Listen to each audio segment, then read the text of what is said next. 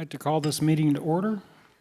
If you would, follow me along with the Pledge of Allegiance, followed by Ted Martin with the invocation.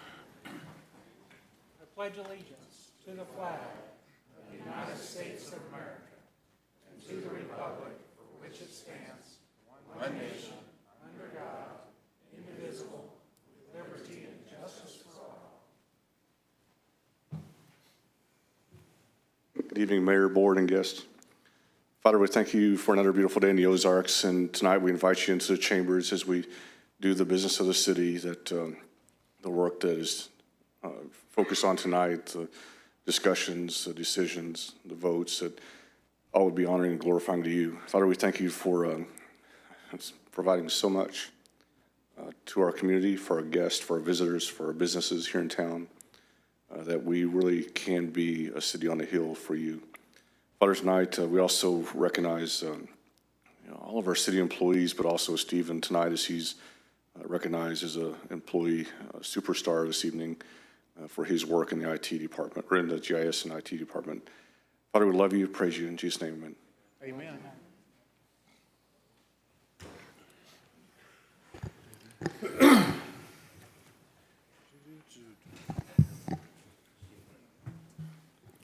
Madam Clerk, would you please do a roll call? Benton. Here. Dandum. Here. Cooper. Here. Milton. Here. Rodriguez. Here. Howden. Here. LeBlanc. Here. Your Honor, you have a quorum.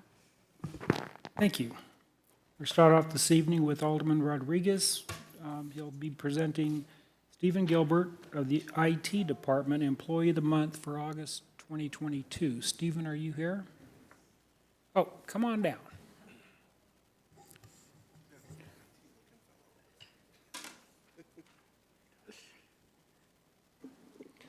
On behalf of the Mayor, Board of Aldermen, City Administrator, and City staff, it is my honor to announce Information Technology GIS Analyst Stephen Gilbert as the City of Branson August 2022 Service of Excellence Employee of the Month. This award recognizes employees who have gone above and beyond and whose performances exemplify the City of Branson's values. Stephen was nominated for his attention to detail and customer service-oriented thinking while creating applications and maps for both internal and community use. Over the past few months, he has helped create at least 5 new products for the benefit of our community. He has gone above and beyond in including detail regarding what kind of questions he can proactively answer in his content. He is a dedicated and positive, solution-oriented team member. Congratulations and keep up the good work. You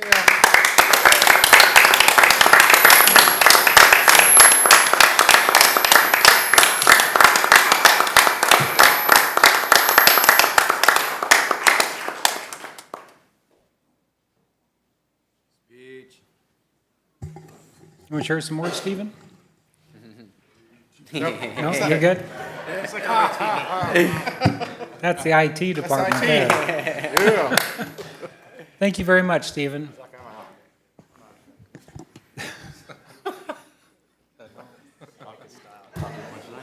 Yeah. It's like you guys do too much. This is the public comment section of the Board of Aldermen. At this time, the board will hear the citizens who have signed up in the order they are listed to address this board with city-related information or questions. Madam Clerk, do we have any speakers this evening? Your Honor, we have 7 speakers tonight, and our first speaker is Robert Olson. He's speaking on saving our babies. His address is the Barrington Hotel. Hello. Hi. How are we doing today? Excellent. Marshall, wonderful job. Wow, that was so impressive. And thank you for doing everything you did. Fun concert, wasn't it? It was great. I'll talk about it here in my report. And I think you were sold out. We were. It was amazing. Thank you for bringing that up. You're welcome. And the Branson Cares, I thought that was really a good. And I think we all care about the health and well-being of Branson citizens and tourism. Of course, I have great concern as a medical doctor. Daystar, you've probably seen all the doctors that are associated somewhat with me on Daystar. and we're very concerned about it. And we're concerned about the well-being and the death rate that's predicted to happen because of not only the Fauci protocol, which is deadly, that the hospital uses here in Coxsackie. Excuse me, Stephen. I'm just about done. Okay, we just want to hear what this board can do and how it affects sir. the city of Branson. Yes, sir. And I personally feel that the mayor and the aldermen have some authority in terms of the health and well-being of people in Branson. The other thing I would like you to know is saving our babies. The clerk gave you my new card, Saving Our Babies, and we're going to be based in Branson. And we're going to employ as many as 250 people, and we are attempting to reach out to 500,000 people in the central states, and that's our goal. And if you have any questions, of course, you can contact me at any time, but this is something that I'm really intent in trying to do here, okay? Thank you, Robert. Our next speaker, it's Richie Zates. The topic is general. Address is 12692 Byway 14, Omaha, Arkansas. Each one of you that is up there is responsible for your community or your block, so to speak. And if we go to a scriptural area, there will be some that will have 1 city, 2 cities, 3 cities. So it's really a pivotal point. It's a responsible point because you do have an effect on those that are in your area, your district. And I feel it's very important that we do inform people because there is some misinformation going out. And we feel like we have been doing a lot of research, and we're just going to be an information resource for people who may be considering getting a jab while they are pregnant. And our stats show a 91% rate of miscarriages. Okay, it's a very emotional topic for us. You know, we had people listening to our radio program that were crying. We said, we heard your program, we were crying. So anyone that would consider to hurt or injure a little baby 6 months old, or even prescribe it to others, I feel that there has to be information going out. You can't stop people from doing stupid things. You're going to do them all day long. But you can advise people that will listen, and I have had friends who have changed their mind on certain issues, like whether they should get a vaccine. Isn't it interesting that everybody gets sick with the disease after they get jabbed, and then somebody else who didn't get the jab has to come in and take over for their job? This has happened with some of my friends where they decided not to do it. And I think, and even dangers with pilots having high ratios now of heart attacks and other issues.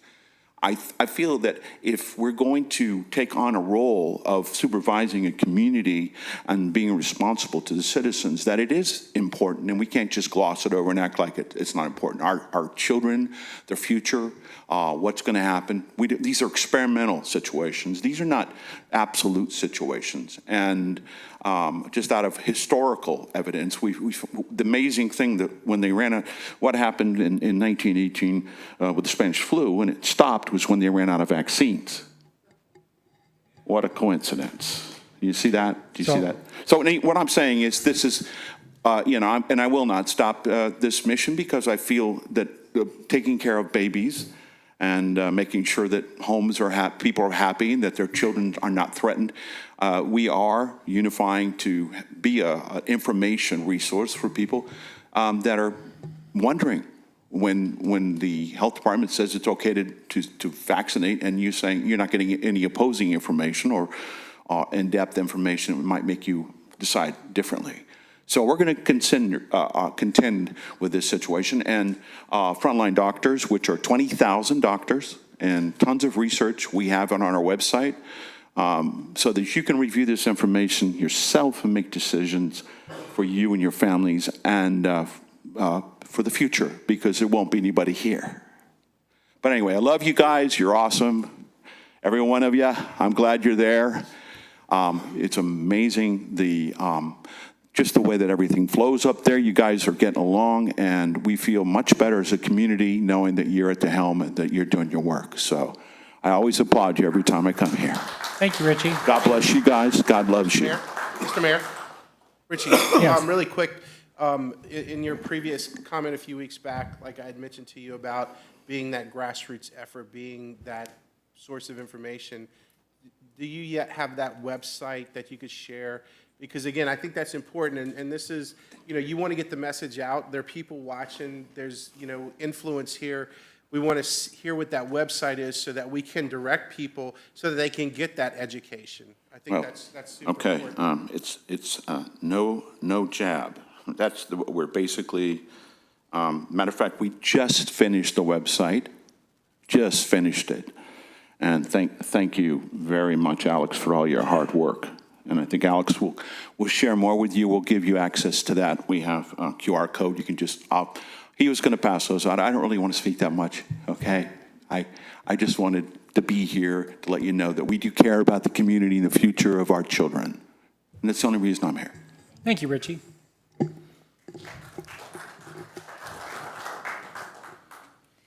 Our next speaker is Alex McCauley, speaking on lethal injection and hostage crisis. Address is 200 Box Elder, Forsyth, Missouri.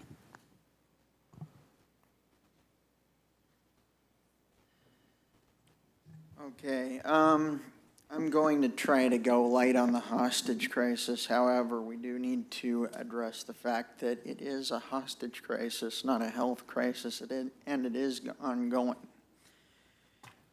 However, what we're really worried about right now is the lethal injection being marketed as a vaccine right now.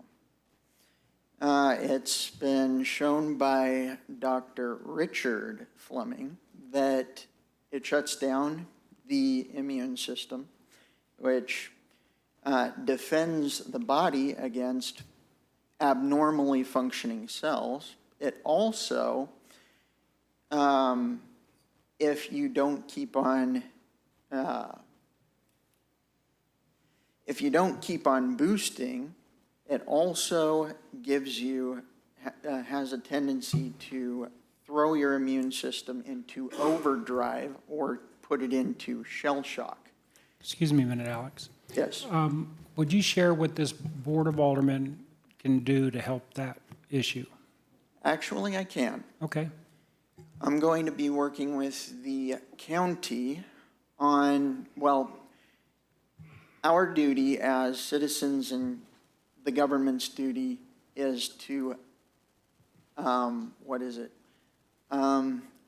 protect our rights to life, liberty, and the honest acquisition and maintenance of property.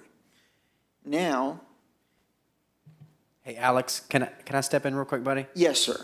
You know, oftentimes when some of the people that have spoken that, the mayor wants to make it pertinent to Branson, you guys have handed out the Constitution. Right. I appreciate that. We're all constitutionalists. We believe in that. Mm-hmm. To me, and just hear me out a little bit, it's a little bit maybe hypocritical to say, here we're standing on the Constitution, but this is where you can do as a local government. The Constitution defines what local can do, what state can do. We had that conversation today. It's a modular document. Those things you're talking about are more, honestly, even federal level things. They're not. We need to look at specific actions. I know you haven't been here. You've been running for office. You did a good job, The buddy. thing is, if the federal is abdicating their responsibility on a federal level, it's your duty to step in as our representatives on a local level.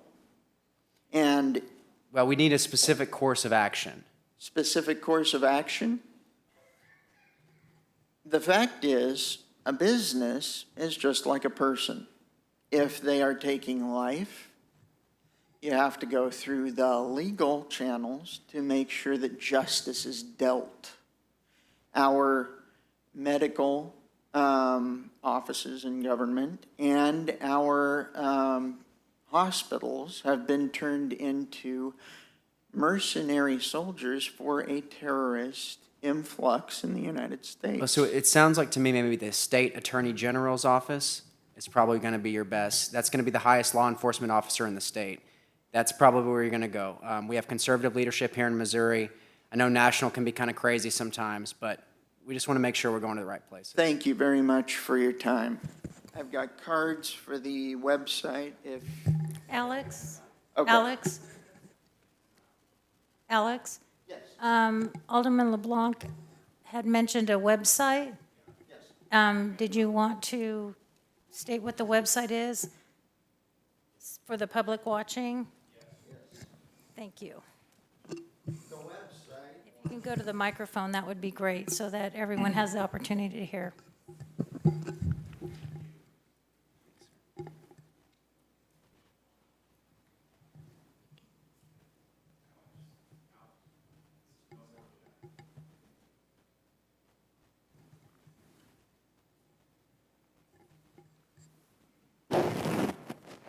website URL is nomorejab.wordpress.com.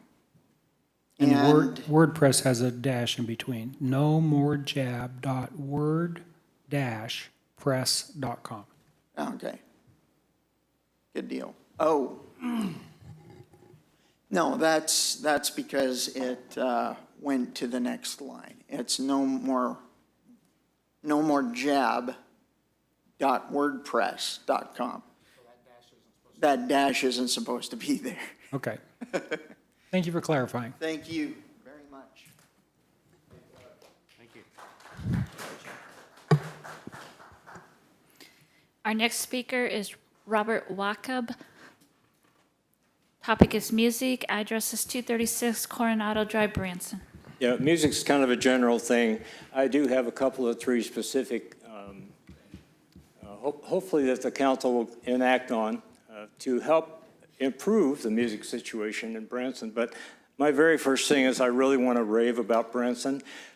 Who we are is a lot of why I feel uncomfortable here, because I love people. And in Branson, we love people. We invite 3.5 to 8 million people here every year. And why do they come? Is it for shopping? Is it for water sports? And is it for entertainment? Certainly.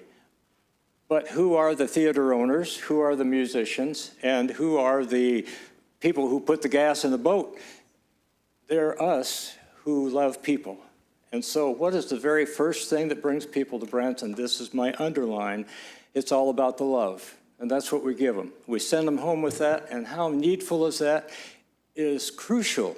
We have survived COVID, and we're going to survive more, but mainly we need to send people back home with a feeling that they belong here, we're glad that they came, and we love them. And they give us the same that we give them. And I know because I'm a performer and I get to see it on a very small basis. Okay, that's about Branson, but in order to make a specific idea to the council, I need to talk about the gift of talents. Every one of us has a talent at something.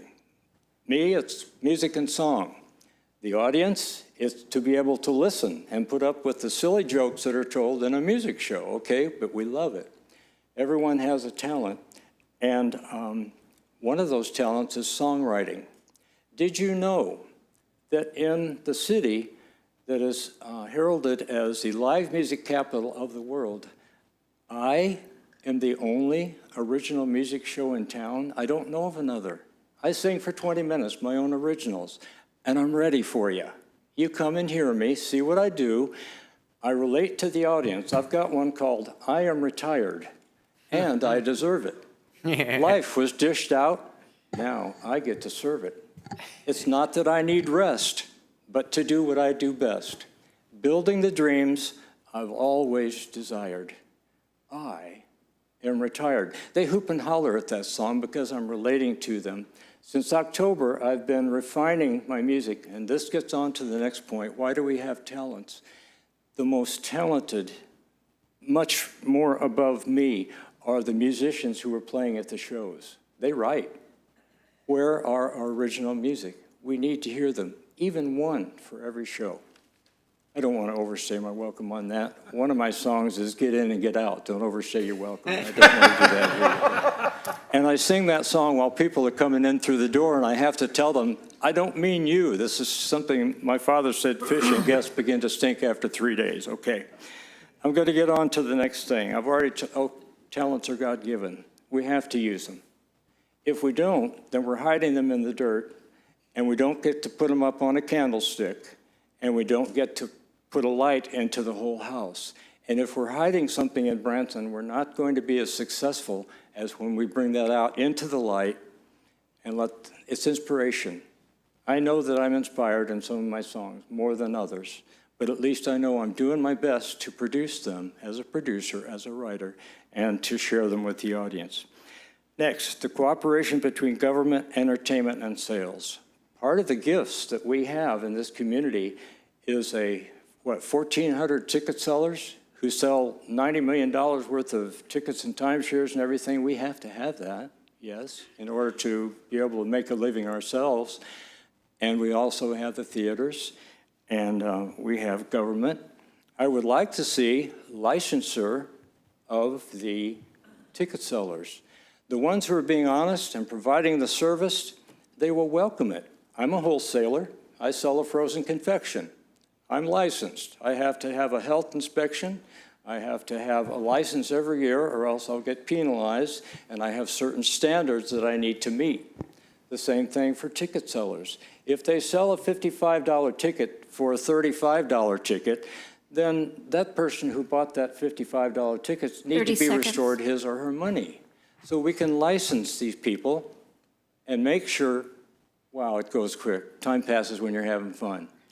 I love you all. Let's get some accountability and some standards built into the ticket sales. And what to watch for in the future, don't let anybody tell us we can't do it without the ticket sellers, because we need them and they need us. They're standing on our shoulders. Thank you. Thank you, Robert. Our next speaker is Moxie Black, speaking on care and respect. Address is 511 Ellison, Branson.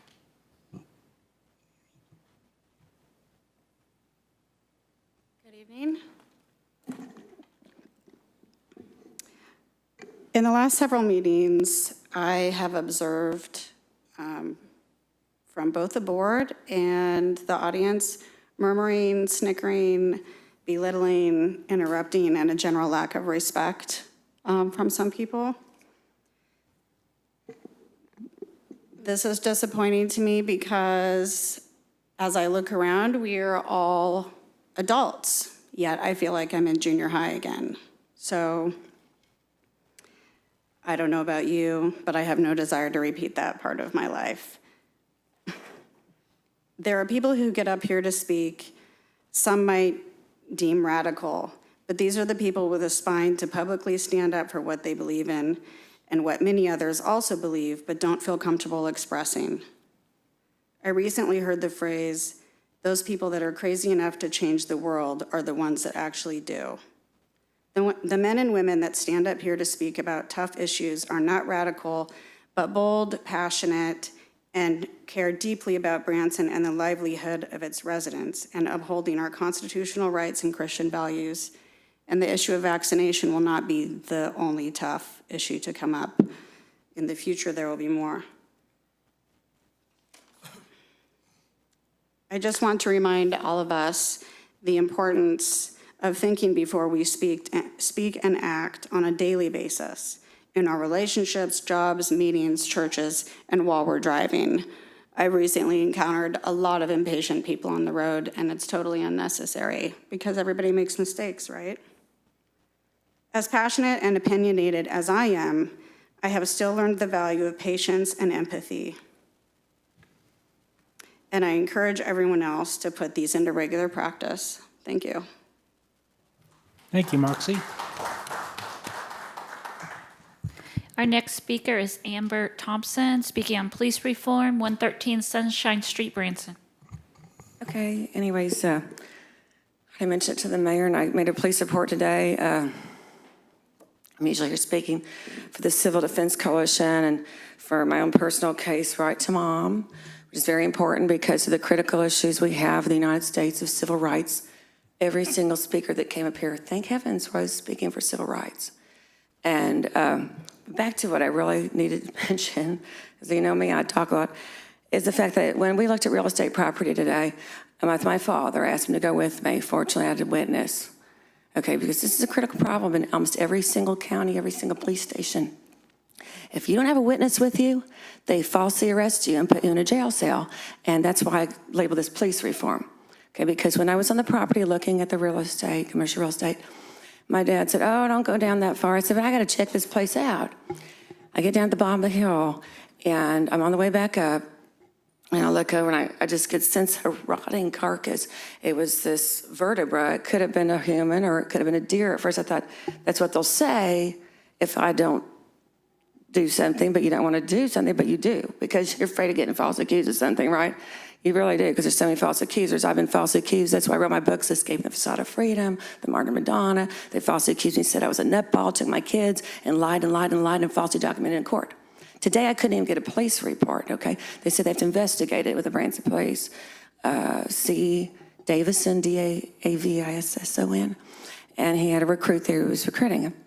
And what I think is for police reform, we need to have at least at the minimum, if someone's upset and nervous like my dad and I were, and he showed the pictures, he did give his email to send him the pictures of the bones. And what happened was my dad came back down, and it was just going through my head, I hope that's just a deer. And I said, Dad, I know you're a deer hunter, you can tell if this is a deer or not. We couldn't even find it. And that's why it's kind of creepy, because, you know, there's lots of woods out here, and I was looking, I said, this is ridiculous. There are 4 rocks at the bottom of the hill, and I went that way, it had to be right there, and we couldn't find it. And my dad goes, is this it? And there was another set of bones, and there was no mistaking it being anything. It was like this long, a femur bone of the thigh, and he was just shaking his head. I said, don't get near it. Take a picture of it. And when we first got there, at the top of the hill, there was a blanket and a milk jug thing, like someone was homeless standing there, because they'd like to live close to the gas stations because they get a couple bucks, they can go get something to eat and go back and hide in the shade. At first, I was leery there might be a person out there, you know, or something. We know there's a drug addict problem here, too, so.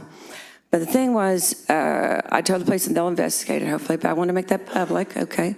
And I also put it on Facebook. I put it to real quick 35-second clips or so, 47-second clips, because I wanted them to know, you know, that we were innocent. We ran across it and asked them to investigate, clear the property if they could, you know, and find out. There was no skull that we saw, but they'd have to look at the rest of it. There was no chip of bone around the corner, too. So that's the thing we need to do. Maybe we need to really help our homeless. My time goes by so fast on how, but we have to help our homeless. I think I want to buy that property. It's in foreclosure, and I want it for my civil defense coalition because I want to help people like Brian Seitz have a place to speak and get their reputation up and to help us to get our laws passed. We've had phenomenal stuff come through our representative here and some of other people like myself barking all the time about what's wrong. And as Marshall Howden said, go to the Attorney General. Guess what? The Attorney General doesn't do anything. So if we could get that open for us, I could use it for a commercial, a museum, you know, for tourism. I heard Missouri Economic Development is a huge economic, you know, $1 million plus. They could help us with it if I need to. But since I've been a victim so bad, and everybody knows, I think when they found out my name was on that, they're probably tickled pink and crying tears of joy because they know I'm not going to lie about anything. And I've risked my life to save my own life and other people's lives, not by choice sometimes, but other times because I had to. And so I think it's really important. We have all these stages in Branson, and they're afraid to get involved into controversy, but I've been stuck in the middle of every single time. So I'd like to help, you know, some of these other people I know in town, too, could help some businesses to get them started through that, too. You know, museums for different celebrities, et cetera. But I was hoping, because we have such a problem with that, and everybody complains, that'd be an excellent place to do it. I'd love to do a political show helping with you one time. And 30 people are seconds. afraid to get involved, you know. But I'm not. You know, and I may have to eventually get out of it, but I'd like to help the people because they're just not going to get an identification. And the Attorney General, I send him every single day to Eric Schmidt, and he won't do anything. And he's still listed as our senator potentially. So there does need to be a voice for the people. And with Brian Seitz, I talked to him about getting an apprenticeship of attorneys. That'd be the best thing we could do to protect the innocent people. Because I know we could talk all day about music, but when it comes down to it, women don't have a place to sing, you know, because they're afraid to expose my story, but everybody knows my story, you know, so And I think it'd be a great opportunity, like I said, to help me give me a job because I've applied over 30, 40, 50 jobs. I sent the list of them to my friends and I can't find a job here. So I need employment. Maybe the Save Babies can hire me. And if we could all just come together and meet, could you help? When these people ask us stuff, I offer all the time to meet with these people and they won't do it because they don't respect women in a lot of these communities. So I hope we can, but that probably, if the skull wasn't there, we talked about it, just FYI to help the police out. I was telling my dad about it. Someone could have dragged a body from the hotel that was beside it. That's why I want to take over that property, at least get it set up for us, and whatever we put there in the future if I don't decide to stay there. But everybody knows I'm poor because ever since they took my, children away, from that discrimination. Amber. Thank you, if you could help us. Thank you. Our next speaker is Gary Groman, speaking on Star with Who, 350 South Wildwood, Branson.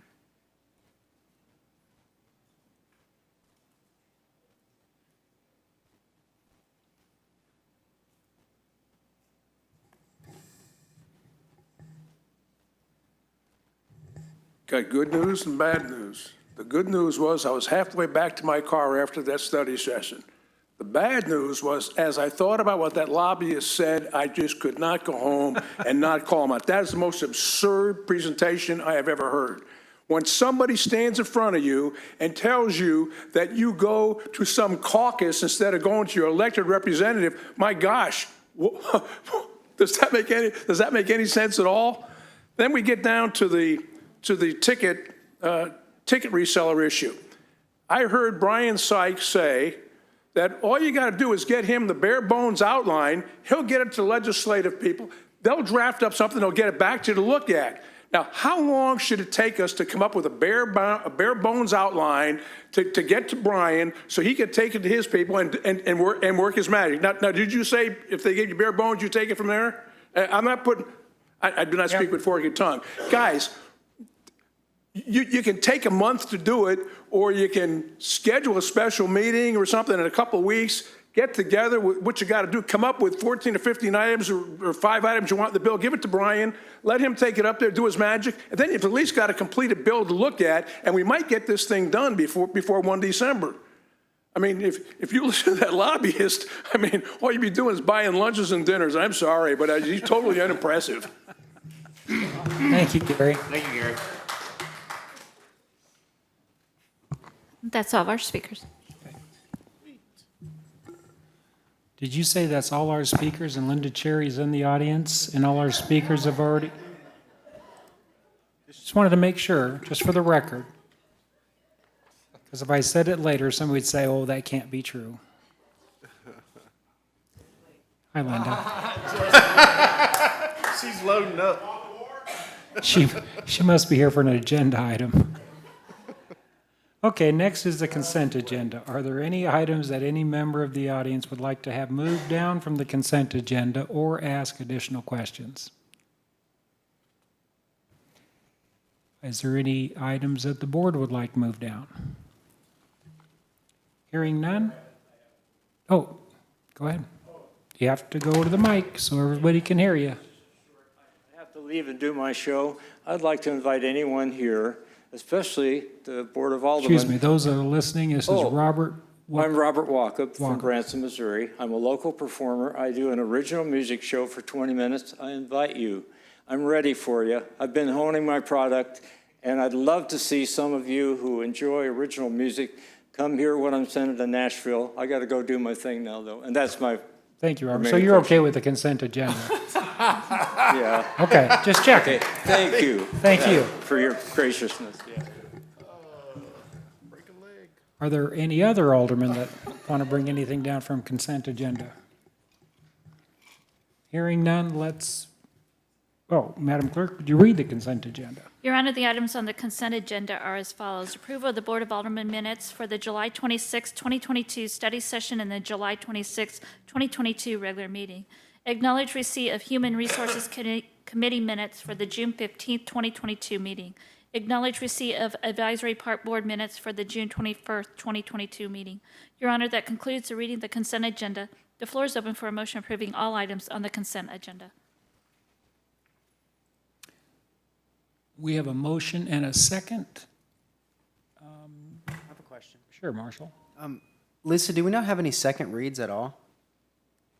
No, we did not have any ordinances. If Okay. that's what you're asking, though. Okay. So we have a motion and a second. All in favor on the consent agenda? Let's vote. If you're opposed, you can vote too.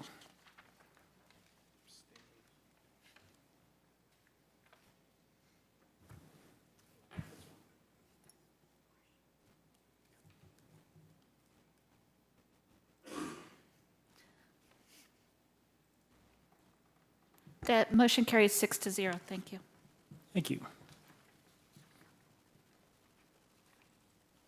Your Honor, the next item is a presentation on the City of Branson's annual comprehensive financial report for fiscal year 2021 performed by Hood and Associate CPAs, PC. Understand we'll have a presentation from Michael Keenan via Zoom. Is that correct? Michael, are you on? He's coming over now here. Michael, can you hear us okay?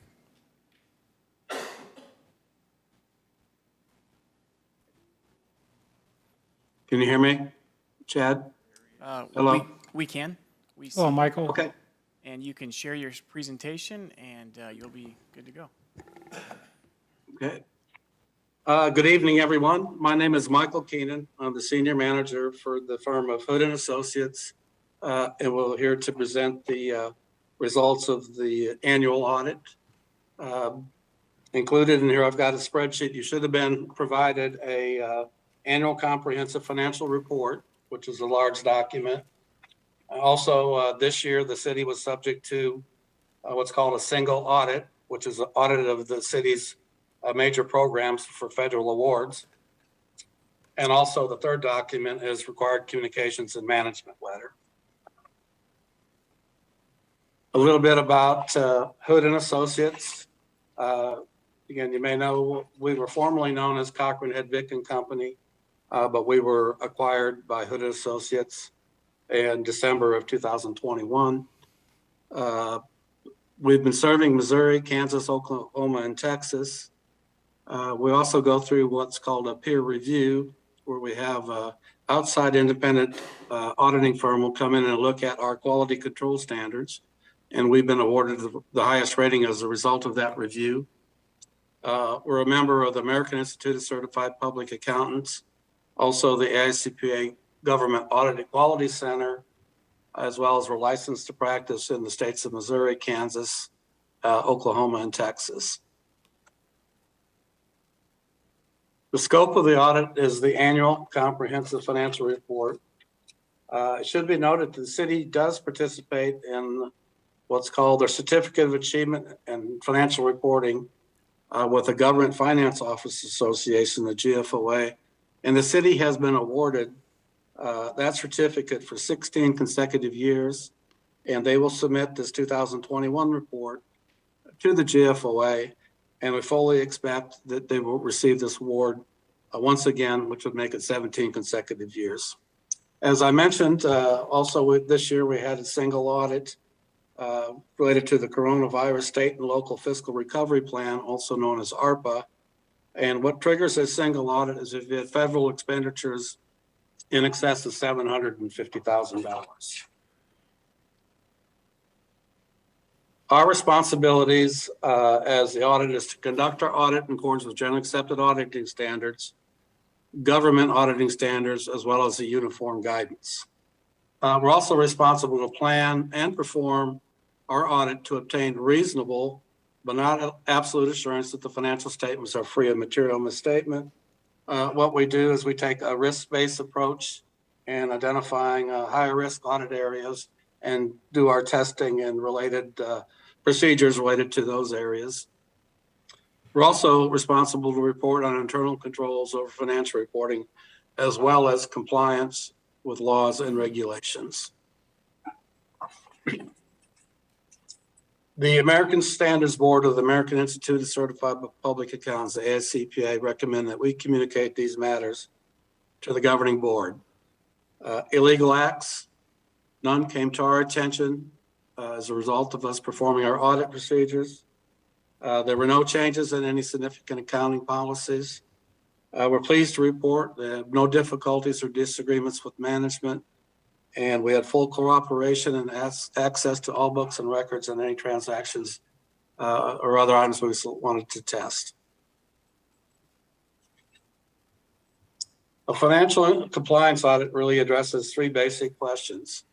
Are the financial statements free of material misstatement? Our response is we have issued an unmodified opinion that indeed the financial statements are fairly presented in all material respects, sometimes referred to as a clean opinion. Again, that's the highest level of opinion that we can offer on external financial statements. Second question, are internal controls over financial reporting adequately designed and operating effectively? We did not identify any deficiencies in internal controls that we considered to be a material weakness. Again, had we done so, we are required by our profession to report those to management and the governing body. Included in there was our management letter and required communications. And we had a couple, three different recommendations or comments for best practices and improvement in internal controls. And management has provided responses related to these observations. For budgeting, there were several funds that were, again, over budget, with the most significant one being the debt service fund was a little over $23 million over budget.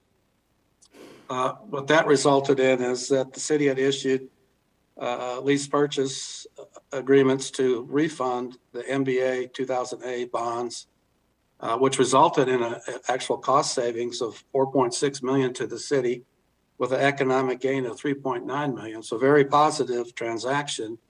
However, the city did not technically amend the budget. And so we made recommendations for those types of situations that may occur again in the future. We also noted on key personnel, the city, like any businesses, the risk of loss of continuity and institutional knowledge is always a risk. And the city is aware of that, and they're implementing processes and procedures and doing a study to address those issues. The final one is future accounting pronouncements. The Government Accounting Standards Board, which governs the financial reporting of cities and municipalities, continues to issue new statements. I don't believe any of these will have a significant impact on the city's financial reporting. And certainly, Hood and Associates certainly appreciate the opportunity to serve the city as the city's auditors. Special thanks to the mayor, Lisa, Ben, and especially Joe Lynn in the finance department, very professional and assisted us with performing our engagement. Now, is there any questions I might be able to respond to? Are there any questions from anybody in the audience? Oh, I knew she was here for a reason. The cat is out of the bag. Come on up, Linda. Mr. Mayor, you got her last name right, Cherry Webster. Good evening. Cherry. My name is Cherry Webster. Yeah. I live at 118 Country Bluff Drive. Have y'all met? Yes. No problem. This is the mayor. As I was reviewing this annual report, I got overwhelmed. It's 121 pages long, and certainly the details are necessary for accountability. And if I were a CPA, I probably would have enjoyed devouring this report, but I'm not, and I didn't. So what I was looking for was one page where I could see the overall picture of how the city receives and spends money. And is the city building a nest egg, or is it falling behind? And page 8, well, it's page 8 on the report and page 24 on the PDF file. Maybe that's supposed to do it, but it didn't quite do it for me. And an easy to see picture of what's coming in and what's going out is what I was looking for, something like this. You start out with what's in the bank December 31st on 2020. And then show us what are the revenues that come in, like taxes, TIFs, leases, grants. Then show me what the expenses are, like personnel, infrastructure, debt, contributions, and then how much is in the bank on December 31st, 2021. Take the difference between the two Decembers, and then give us one more line that shows us, do you have a reserve or do you have a shortfall? That's the way it works for me. Sherry, I believe in our next item on the agenda, we're going to get a financial update and With the dashboard. with the dashboard and the following documentation. This is Okay. really addressing the audit that the city does once a year. Well, maybe my next point will be a little more pertinent. Okay. The other thing I was looking for in the annual report, and again, I stumbled across some information, relates to the comments that I made at the last meeting regarding the Branson Landing lease. I was looking to see in the annual report a roll-up number of all the giveaways to developers for the year. I did find some details on the Branson Landing, but the lease details were on page 55, which reflected a maximum $455,000 payment to the city, while it wasn't until 15 pages later, on page 70, under the commitments and contingencies for that lease appear, and they just happen to come to the same amount, $455,000, the amount of commitments back to the developer for fountain and maintenance contributions. So the Branson Landing lease payment to the city and the contributions paid back to the developer cancel each other out. That's a good deal for the developer. I addressed those contributions to HCW at the last meeting. Let me repeat what I said then. Surely this city has grown to the status where it is advantageous for the developers to bring their product to this town at a profit and without the city giving away the store. The annual report also contained numbers for some other giveaways, TIFs as you call them, for Branson Hills and for the aquarium at the boardwalk. There was another reference to Branson Meadows in the dashboard report that's coming up on the agenda next, but I don't recall seeing anything in the Branson Meadows mentioned in the annual report. How many giveaways are there? Are just the big giveaways in the annual report? Is it because they're TIFs? The numbers that were provided in this report are by project. What I didn't find in the annual report was a roll-up item with an annual total dollar amount of all contributions. So, to finish up here, is there a way to get a one-page, at-a-glance feel for the city's financial health that is simple to understand? And is there a way to roll up all of the contributions into a single line item so that the total annual dollar amount that is given away is visible and very apparent? That roll-up number may even highlight the need to be better negotiators. So, Mr. Mayor and Aldermen, for whatever projects are coming up, can you assure us that this board will be more proactive in negotiating development agreements and TIFs that will be beneficial to the city and not just as they have been to developers? Absolutely. Thank you. Can I hear from the board? We all agree? Hey, I appreciate her bringing stuff like this to light. I do too. Very much. And Sherry, if you will, some of those questions you have, if you would put those in writing, okay, I'll take them to our accounting firm, and I will get every single one of those questions answered. Okay. You give me the questions in writing, I'll get them answered for you. Sure. Thank you. Thank you, Cherry. Thank you, Cherry. Thanks, Linda. I have a feeling I'm going to hear about this for a long time. Are any other questions from members of the audience? Any questions, comments from the board? Marshall? Michael, I got a question for you. Maybe you could give us a general idea. Do you have a general sense of the percentage of audits that you undertake that come back as unclean? It happens very infrequently. Right, right. So, and this isn't really within the scope. This This isn't saying that you didn't do what you were supposed to do or anything like that. My frustration with audits has always been they are so 30,000-foot view. And it speaks to a lot of what Cherry's talking about. There's not a lot of specifics in them. You know, at one point we had a big audit about, I've mentioned this before, about the 76 revitalization project. And we were going to really dig in there and find out where everything went. And it was, again, kind of a 30,000-foot view. And they said, well, we're going to have to do a forensic audit if you want to find out more. So I understand the differences in the audits there. And maybe some of these very specific questions are Baker-Tilly questions, since they're in-house. But I just wanted to kind of say that if it seems like sometimes the audits, yeah, they are saying free from material misstatement. There's a very low bar for some of the things that we're trying to find out. We're trying to find out kind of how things were done. Is the philosophy right? Were we given line item itemized budgets, or are we given budget magazines and PowerPoint presentations? Very broad. So it's not to say this, you didn't perform the scope of what you were supposed to do. I believe you did. It just kind of speaks to that. So to say that, you know, very few come back as unclean, there should be a different standard there a little bit sometimes when we're evaluating. So. Yeah, I might point out that the speaker looks like they wanted a cash basis financial statements. Yes. Again, if you look on page 19 of this financial report, although it's not on a cash basis, it does summarize receipts and expenditures.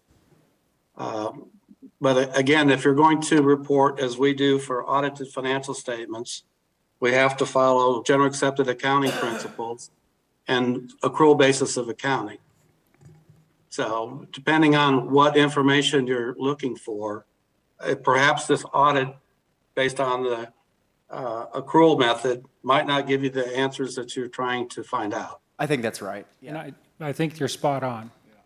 Yeah. Any other? And so there, Yeah. I think you would look to your in-house Yes. to provide you the financial reports in the format that addresses your needs, You bet. that you'll be able to evaluate and make decisions on. Thank you. Any other questions, comments from the board? Hearing none. Lisa, do we vote and approve this? No, it's a No, it's just a presentation. report presentation. Michael, we appreciate all that you do. I know that's a lot of work to go through, and we appreciate you. Thank you, and let me know if you have any further questions, and hope everybody has a great evening. Thank you. Thank you. Is this closed discussion? Mayor, just a quick question, not for him, but just in general. You know, taking back to the last Board of Aldermen meeting, like, you know, just kind of finding out, kind of Sherry pointed out the payment that we make every month to HCW. I know that's a contract, but it's like how much are we missing as a community? You know, because, and that's what's been disturbing me for the last couple of weeks. I mean, it's like the first 2 nights I'm like racking my brain because, you know, we have a hard time dealing with infrastructure. We have a hard time putting light poles in neighborhoods. We have a hard time recruiting police officers. And like, how much are we missing? Because, I mean, if you just look at it face value, like, we're not doing bad. But should we be doing better, like exponentially better? And like, is there a way to find out that number? Is there a way to find out, like, what are we missing? Because it looks like, you know, and no fault of their own. I try to be very empathetic and, you know, kind of put myself in a position of making decisions 20 years ago when they were building a landing and things like that. But wow, like we're now in an economic time where we're uncertain times. You know, those were, let's say, heftier times. So what are we missing? Like, where, you know, what's that number? Yeah. Community. Alderman Blanc, I'll answer that a couple different ways. One is, you're spot on. And just what happens naturally is our board changes so often that a board that made decisions 10 years ago and a board that made decisions 20 years ago, they made the decisions based on whatever reasons they made them. I don't know how healthy it is for us to look back and see what they did or could have done different unless we're using it as a learning tool for us not to make the same And mistakes. I think that's what I'm kind of speaking to, is that we can't make rash decisions like that based on the uncertainty of economic futures, because, you know, our tax base is what we operate on. That's And right. if we're giving it up actually, we're not even giving it up. We're not even taking advantage of the opportunity to collect it. You're exactly right. But I think, it's kind of loud, sorry. I think the counterpoint, at least, or part of that discussion is, and I don't know if we can answer this question either, if not for the TIF, would we even have that? And so, you know, would we have Branson Hills development? Would we have the landing? Would we have the aquarium? Would we have, you know, some of those amenities we have, but for that? And so I don't know if we can answer that question either. So I think you gotta consider both sides of that coin. Yeah, I think what Alderman LeBlanc's referring to is, there have been agreements made in the past that, number one, this board has no idea that those agreements were made, right? They're really just contracts. It's, for example, and the one he's referring to is a contract between the city of Branson and HCW for Branson Landing. So this board, unless you were there at the time, would have no idea, would have no reason to know what's in that contract. So I think what I'm hearing Alderman Blanc ask is, should this active board be made aware of some of those things? At the last meeting, a couple things come up. Alderman Cooper raised a question. And he wasn't here to hear what Sherry brought to light about the payments we make Yeah. on the fountains. So, yeah, Sherry raised a couple of questions about the HCW agreement, and a couple of the points that were brought up, Alderman Cooper was surprised. And I think that's what what I'm hearing this board say is, boy, it'd be nice to know about these past agreements. And, yeah, Mr. Mayor, real quick, Alderman Fenton, and one thing I would add to that real quickly is that, you know, giving us all this information, no TIF should be taken in a vacuum. We have to look at everything and say, is there an oversaturation of this as well? You know, so you judge them. It's maybe not fair to each individual one, but you have to say, what's our standard level? And knowing all the agreements that we're in is going to help us anytime we look at something new to provide incentives. Sure. Where are we at? Where are we saturated at? So. Sure.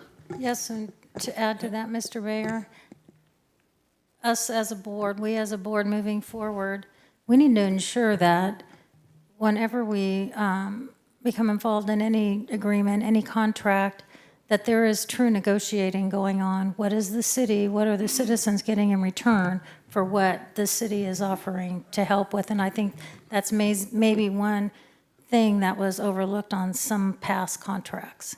Ruth, I just wanted to comment on that. With this board in particular, this board is a very proactive board. This board wants to be involved with that process. Some boards in the past have, some boards in the past haven't, but there's no doubt in the public's eyes that this board wants hands-on. Yes, thank you.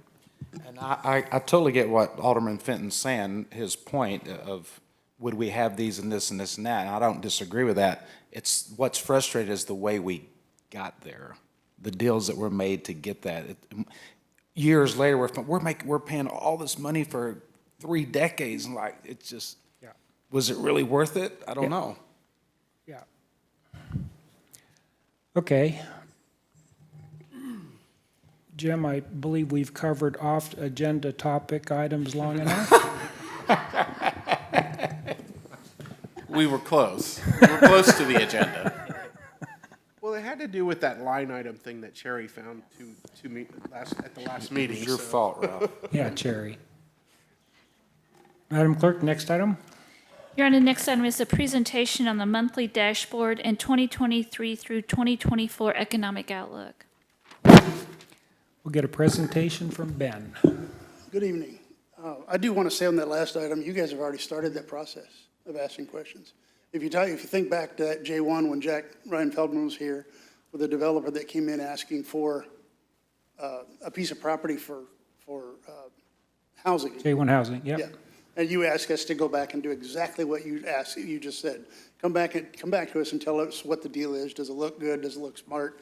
Is it something we should do? And then you guys have a chance then to go through that detail with Jack and what he's learned, along with the developer for that matter. So you're going to go through it, peeling the onion back and understand what's going to go into it. I think that's probably the biggest impact you can have as a board walking through these issues, is asking those kind of questions. And then public input like that is fantastic, because that then gives us an ability to come back and say, well, this is what the city's looking for.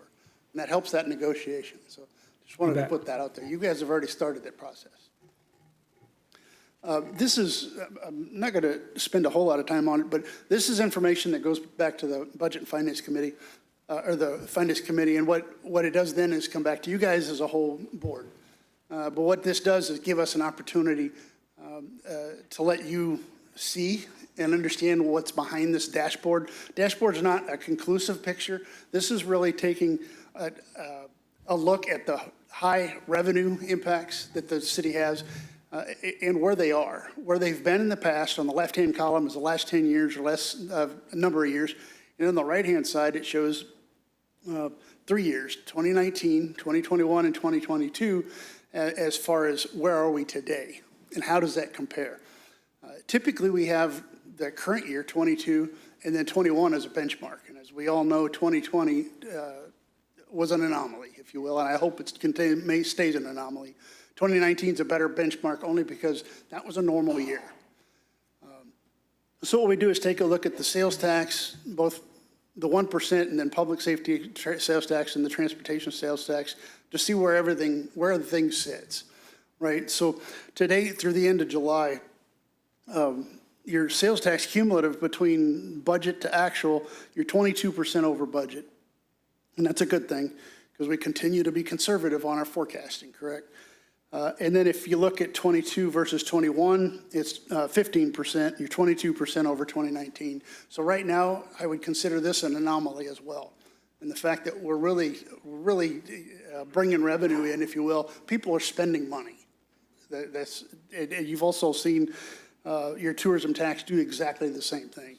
It's going like gangbusters, and it's in my opinion, it's a couple different reasons.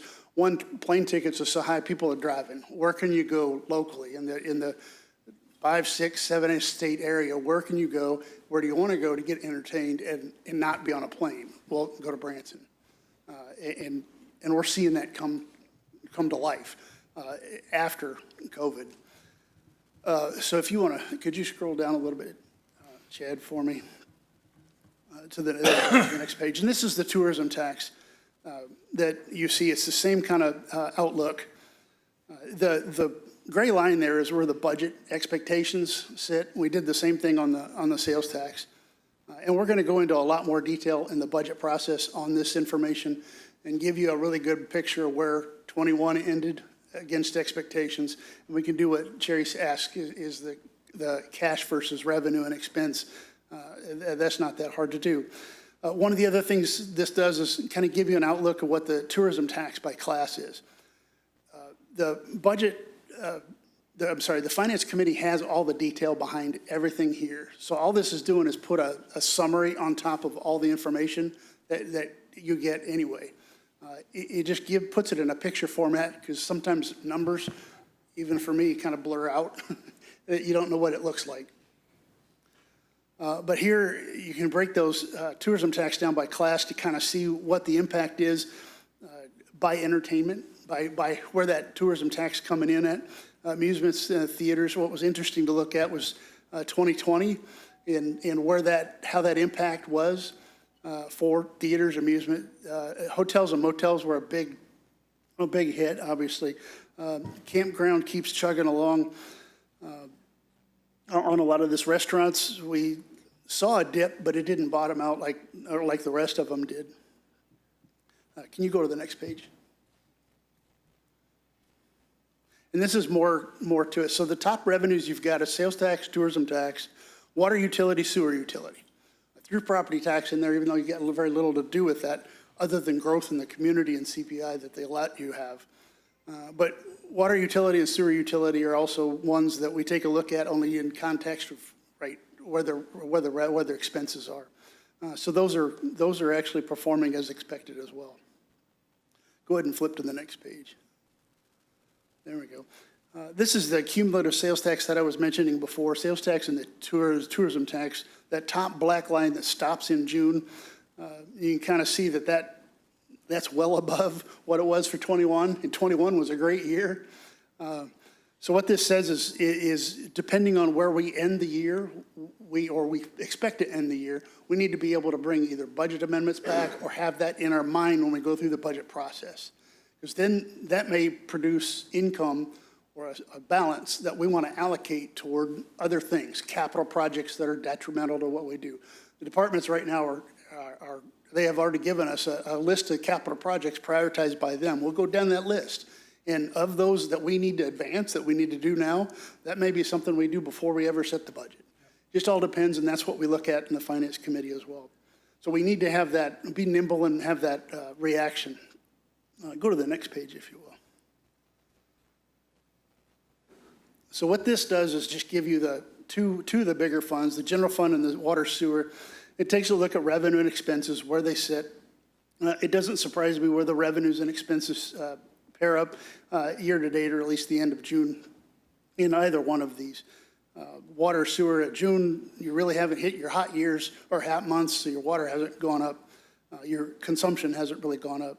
Budget to actual for the general fund, you're well under budget when it comes to the expenses on the left hand, the lower box, and it's same with the budget to actual in the water and sewer. And I believe that might be is that the last page of that, Jed? No, this is, yeah. So what this does is kind of give you a picture of revenue versus expenses of all the funds you've got. Here you just notice the general fund is one of the biggest. Water and sewer on the other side is the second largest. Hey, here's some of those answers. I know. Right? What's that? Oh, that Cherry was asking about? Yeah. Yeah. We got Meadows, Aquarium. Yeah, Branson Meadows. Then I believe that's what she was probably referring to that's in the dashboard. This is revenue versus expense. On the bottom one, well, yeah, that's revenue versus expense. On the bottom, it shows cash balance, public safety. We do the same thing that shows the rest of the cash balances. This is only public safety.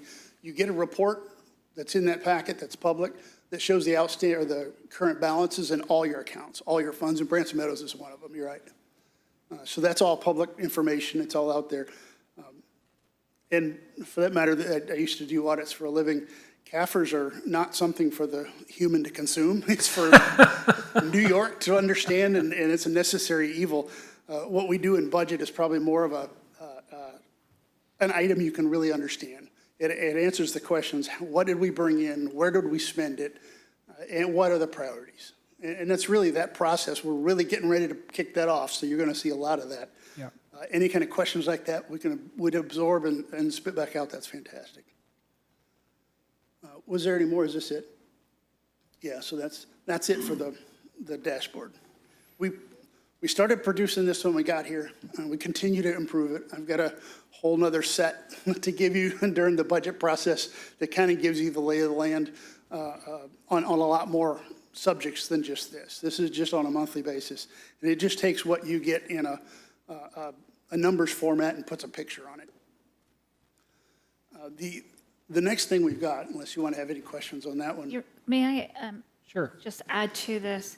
Ben said that there's a deeper dive for this. So that is actually sitting the July 28th Finance Committee. So I just want to go, all those documents that back this up are out on the website under that meeting. So if anybody wants to go into the What makes many up these numbers? pages, many pages out there, it is out there under the July 28th Finance Committee. That's a good point, Lisa. Every finance committee has a set of these numbers for the most recent information we've got every month. So it's all usually right there. So the economic outlook, it's a little unfair because we had the investment firm come in and do a really... Excuse me a second, Ben. Cherry, you look confused. Do you have a question? Oh, you can do that. Do you want to ask while we're here?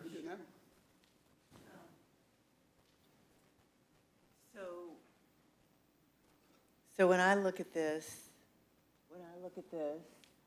it looks like the boxes for Branson Meadows. So okay, so these three boxes here, Branson Hills, Branson Landing, Branson Meadows, the boxes look like they're even. Well, we know from Branson Landing, or pretty close to it, the Branson Landing, they paid you $455,000, but you turn around and paid them $455,000 back. Those are year-to-year comparisons. Those are not revenue versus expenditure. So it's, okay, so what is Branson Meadows? Is this another city-owned property, or? It's another. Or a development agreement, or? It's another TIF that was years ago. I think the mansion is actually included in that. Is that correct? Does anybody know? It's larger than the old Branson Meadows Mall. I can't remember if the Mansion Theater is in it, but you are correct. There's a lot of additional property surrounding what I always call the Green Top Mall around there that's included in. Yeah, I don't think Mansion is in it, but it does include a lot of that land. And my understanding, Jim, is that particular TIF was refinanced and put into another TIF. Or they refinanced that from the TIF? Because I don't think that TIF's still active, is it? I am unsure on that. Okay. I think Ben can look into that. I'm not sure Yeah. that Branson Meadows TIF is active. I don't think it sunset, is that either. right? It's over, is that right? Yeah. I believe it's over, yeah. So Jerry, what Cody was mentioning is, what's reflected up here that you're asking about is the dark green number. Last year is and this year. 21 compared to 22. Not revenue and expenses. That's just Got it. revenue. Okay. Comparing revenue to revenue, one Okay. year over there next year. And then the Branson Meadows, you're talking about the shopping center where the movie theater is? Yes. Okay, and then you said there are files on the website. Do they go in and in detail and identify what these items are? Okay, thank you. Jerry, we appreciate you looking through these. And keeping those questions to yourself. Just kidding. But Linda's okay Jerry, you're to going show to up, make this right? board a better board. Linda's okay to show up, though. Sherry can. Hey, Clay did it, I can do it too. I'd fist bump you if I could reach you. I wasn't paid to do that, but okay. Pick on Mayor. Sorry, Mayor, I had to. Easy target. Let's go to the more depressing number, the economic outlook. So just go straight to the bottom. A lot of the language I'm not going to read to you because you guys can read it. What I wanted to point out here is the top two, the Branson sales tax and the Branson tourism tax. The right up here, the kind of in our firm, the controversy is, and there's three of us debating this right now, where we think 22 is going to land against 21. And then where we think 23 is going to land against that whole picture, right? So what's up here is a fairly consistent picture on sales tax, right there in 11.5 to 11.75 million dollar range is what you've collected.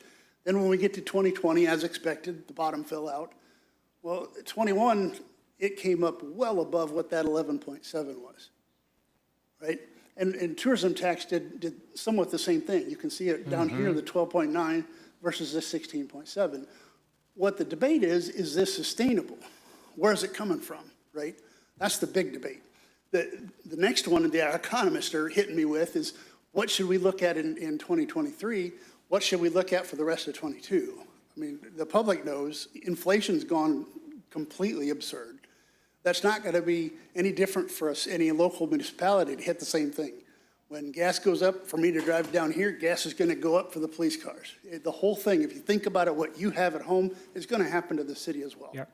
So is that sales tax going to be the same, right? So we're pulling it back right now. What we typically do is take a look at this on a monthly basis, and our projections going to stay in that 1%. And what we bring back to the Finance Committee, and especially the budget, the whole budget now coming back in September, is we're going to bring back to you what our first guess is for '23. That's going to include what our guess is for '22. '22 is still going to end in a really good position with 13.4. We're going to see something close to that in '22. It shows a 3% decline, but keep in mind, that's 3% decline over a 37% increase. Yeah. So that's still a huge increase, right? And if you sustain that, that's a fantastic news. Because then we've got that money to be able to prioritize projects with and move forward and make some changes that this body wants to do through that budget process. 23, like I said, it's going to be a guess. We're going to base a budget on what we know as of September, August. We're going to have August numbers, and we're going to put a guess out there. The real exercise is going to be, as we monitor that, how do we plug those projects in across the board? This is sales tax. Not all funds are supported by sales tax. You look at water and sewer, where we do the same thing. Our revenue's coming in like we expect them, and usually they are. They're usually pretty stable. These that are volatile, those are the ones that we need to be able to be nimble and say, well, if we've got surplus, we need to be able to put it to place with projects or other things we need to do. But that's also an open conversation we have on a regular basis, especially at the Finance Committee. So those are the things I wanted to point out on here. And we continue to debate where those are. Colby Krasnowski is one of the guys that works for me that's been pulling all the information together that the city has for our budget. He's the economist out of Kansas City, Missouri. He's half my age, unfortunately. But he's the one that's taking a look at this. And I was a believer of that, that 13.4, we're going to see that and maybe an increase from there. And he says, no, time out. Here's some of the economic factors behind it. Yeah. You need to be aware of that, so that way we can be conservative and not have to pull expenses back. I'd rather put them in place than pull them off the table. A couple comments I have is, if this proves to be true, you're guaranteeing these figures? Is that right? As long as you guarantee it with me. If these numbers prove to be true, I would be very pleased. Oh, me too, yeah. Yeah, if our 22 comes in 3% less than 21, and then a 1% increase over that number for the following 2 years, I mean, let's use the tourism tax collections. 17 was 13 million, 13 and a half, 13 million. COVID hit, 8.6, but then we went to 16.7. Yep. So if we can come in at 15.1 million, our city will be doing Very well. very well. Very well. With past budgets, 21 and 22, you set yourself up really, really well. It's conservative. And I say that from an investment standpoint. When somebody buys the refunding investment, the public bought that, right? Those investments for the city. And what they're looking for is that conservative nature of your forecast. They don't want to be surprised. Their surprise should be the other way. It's a positive. So you guys have done a really good job setting yourself up to be able to answer some of those tougher questions. Ben, can we stick on that for just 1 second? I got a question. And it's kind of just something that Alderman Fenton has brought up in the past.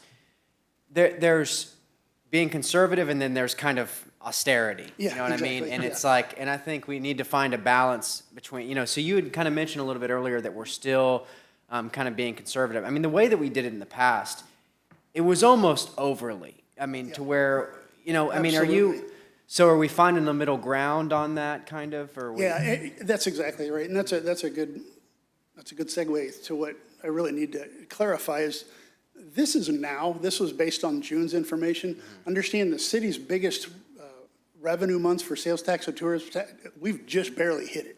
That's right. Right? July, August, and September point of sales are some of your biggest months.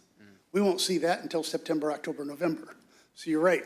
The first thing out of the chute, we're looking at 1%. That's usually a baseline. And super conservative is what I would say, in my mind. Yeah.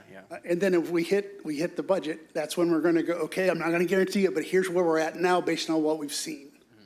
We can pull data down from the state that shows what those retailers look like, mix them up into the top 10 and kind of see where they've been. We've done that in the past, and we'll do that here too. But yeah, so there's really three levels. There's there's during the budget process, and then on a monthly basis moving forward. One of my mentors had always said, as soon as you adopt a budget, it's wrong. Yeah. You just need to be able to react to that wrong. How do you put something else in place? So Ben, in your world, how often do you amend a forecast like this? Oh, monthly. If it So was for our monthly- people, it'd be weekly. So Yeah. monthly, because of new information, Yeah. you'll be providing a different forecast than what we're seeing today. Yeah, in the dashboard that's up there, one of the things that we're going to be bringing back to you Yeah. is just that. Okay, here's the rest of That's that picture. excellent. What's the rest of the year look like? We'll have like an orange line that goes through July, then the rest of it's going to look, well, here's what we think it's going to That's happen. excellent. And then we can measure it all the way through. That just helps us make better, more up-to-date, Yeah, informed right. decisions. And for that matter, the directors need the same thing, because they need to be ready to be able to put things in place when we need them. Well, don't destroy the goodwill we've got. Just our directors. No, Okay, any questions from the board on this? Yes, Lisa. I am so pleased with what Ben brings to the table for the directors and what, it's a different outlook, it's a different view, it's going about it different than what we're used to. But I just want to emphasize what Ben says, which is, as we move forward, the directors will be able to have the opportunity to add capital to the budget Absolutely. instead of just waiting to another year and putting it off. And I think that is so important to reemphasize that as money becomes available, then so projects will be put in place. That's a new way of philosophy that the directors are working at, and they are creating their capital list and their budget with that in mind, so that they are, it's kind of like, shovel-ready budget. I mean, they're ready to go if there's money. And for that fact, if there's less income, they will know, less revenues, that they'll have to pull back. Yeah. But that's great news instead of just carrying money over and leaving it in the bank. Exactly. That's what I've been Yes. And, fighting for 2 years. Yeah. For 2 years, I've been That's right. fighting that fight and saying, this is silly to me. I mean, I understand and respect that we need to be conservative, but, to tell our directors, okay, well, you can't spend money and let's cut. And then each year, it's like, well, good news, we got all this rollover money that goes into this weird fund that we can't just use for whatever. Yeah.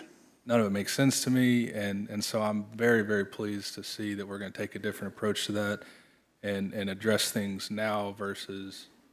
And it can be as tough as it is to go down in revenue, is just equally as tough to go up. Because now you've got to debate, what are you going to apply that toward? Right. The city's got so many priorities. Sure. That's where your priorities come in. You got so many priorities you need to address, but then you need to start somewhere. When the directors have their department, their business, they're going to prioritize, here's what I need. It may be people, it may be projects, but you're going to hear that from them. Yep. And then as we move forward, we're going to draw a line, here's where we're at right now with the budget, here's what's left. Yep. Now- I'm thinking about Kendall's department, Keith, Cindy with Parks, Yep. right? Who's that back there? Oh, Chief Matthews. He's right behind you, I'm sorry. Ted? Hey, Mr. Mayor. Yeah. Having this forecast for the financial resources for the city and departments and things like that, what's even more fascinating is over the last 4 months, like getting to know each department head and knowing how resourceful they are. Yes. In the absence of funds, that they create other things. So imagine this.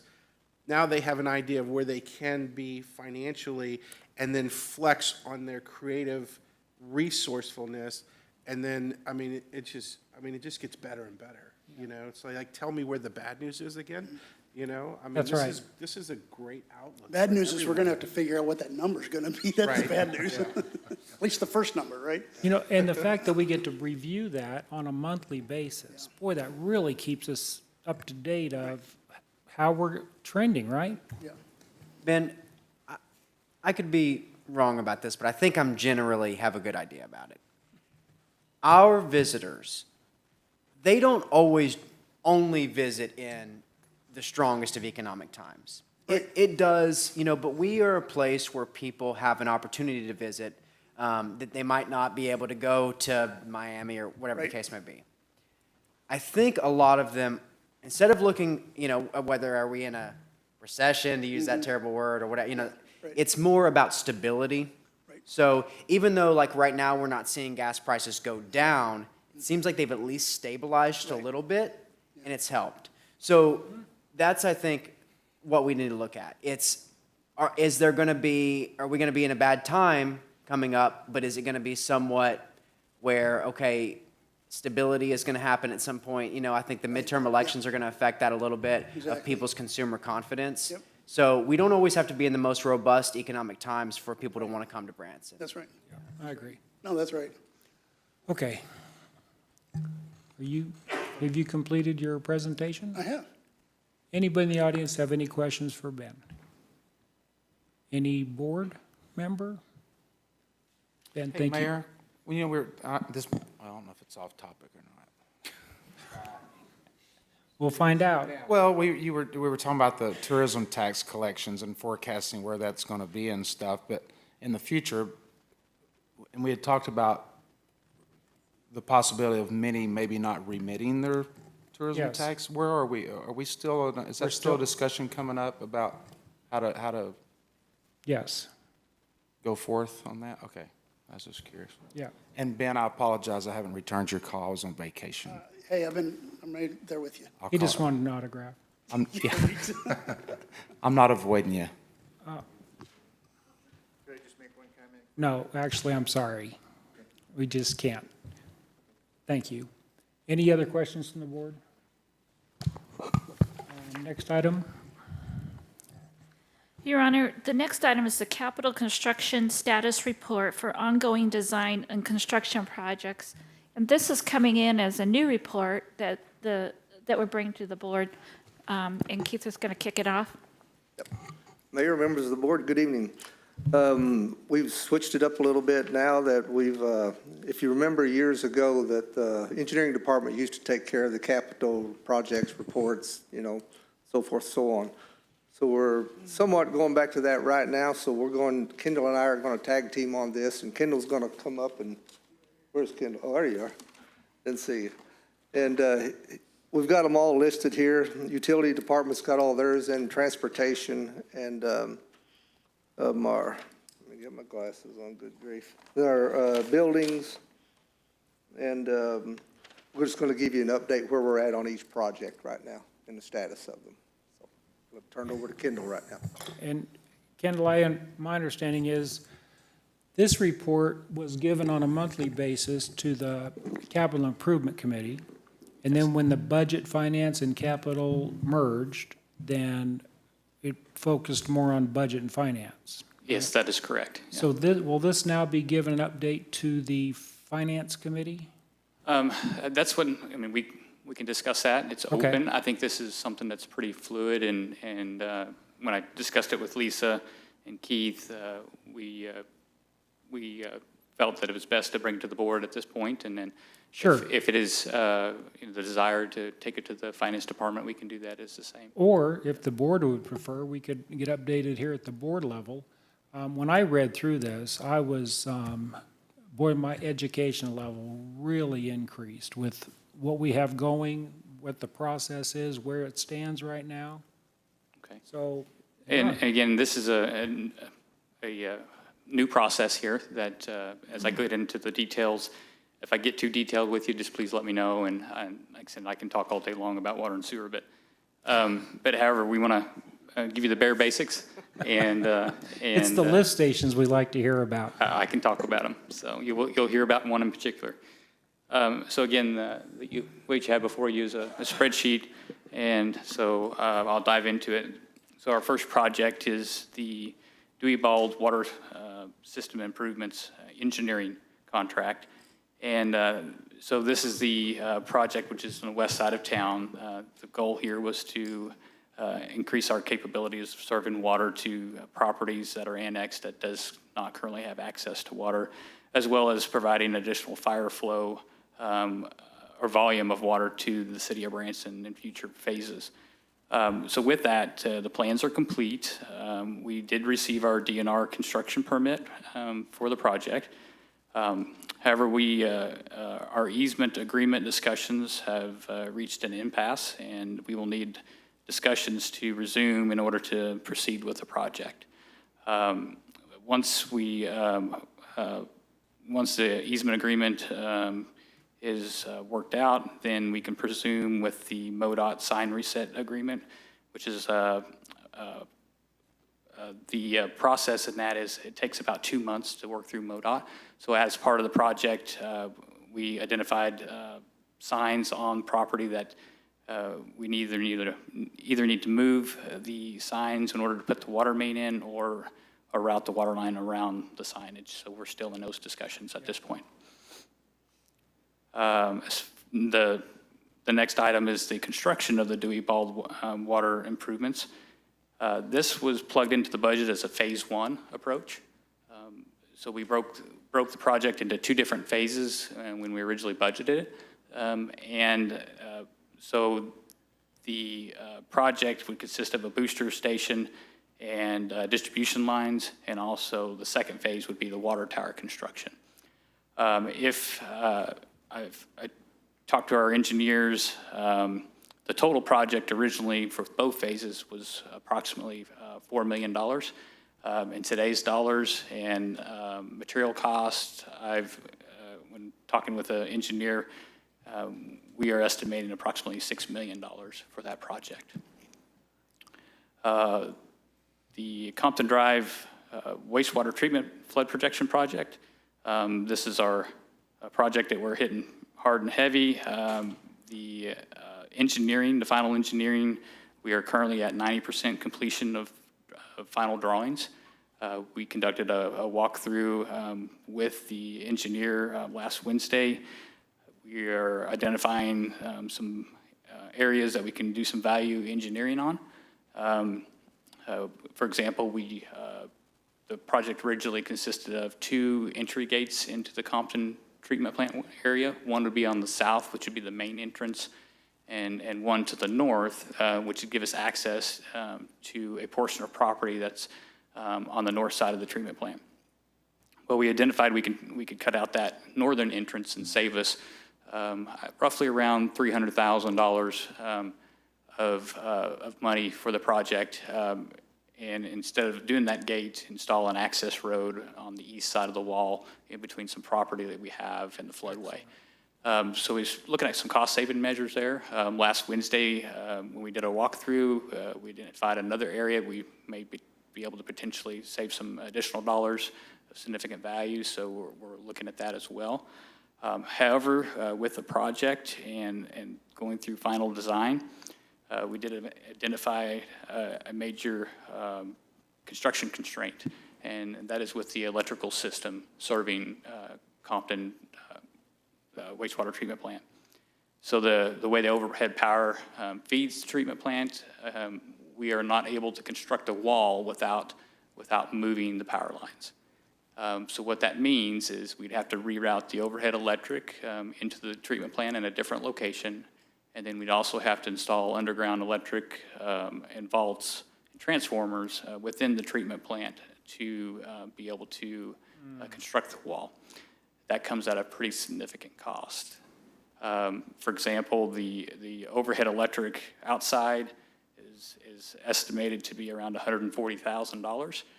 The interior work is estimated to be at approximately $550,000. Along with that comes some lead times for transformers. When discussing with Liberty Utilities, their lead time for transformers is approximately 56 weeks. So with that, we'd have to come up with some temporary power solutions to be able to proceed with the wall construction. And then also, as part of the final engineering and analyzing the electrical issues, we identified that our existing generation power is not capable of handling the entire treatment process in the event that Liberty Utilities was to shut down the power system because of flooding. So HDR identified a generator cost, and that came in at $1.3 million for 2 generators. So we're looking at a $2 million addition to the project that was not anticipated. So the generators could be added at a later date. However, with that comes into some rewiring of some electrical. We'd have to redo some work if we didn't do it at this point in time. And saying all that, not to scare you, but it is a significant cost. The new estimate for the Compton flood wall protection project is at $15.2 million.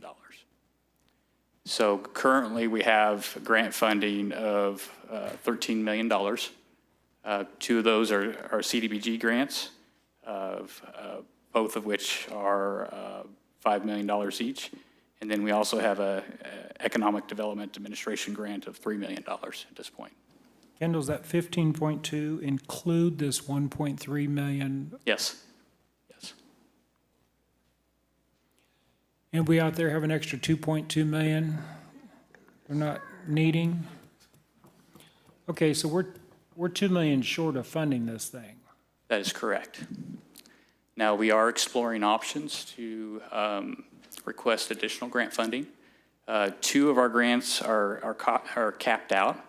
The long-term recovery grant is not. However, I did receive some emails this week that there may be some difficulties requesting additional funds, but we're going to work. We've got a meeting tomorrow to discuss that in a little bit more detail and see what that entails. So I'll have future updates on that at this point. But we are trying to go out for more grant funding.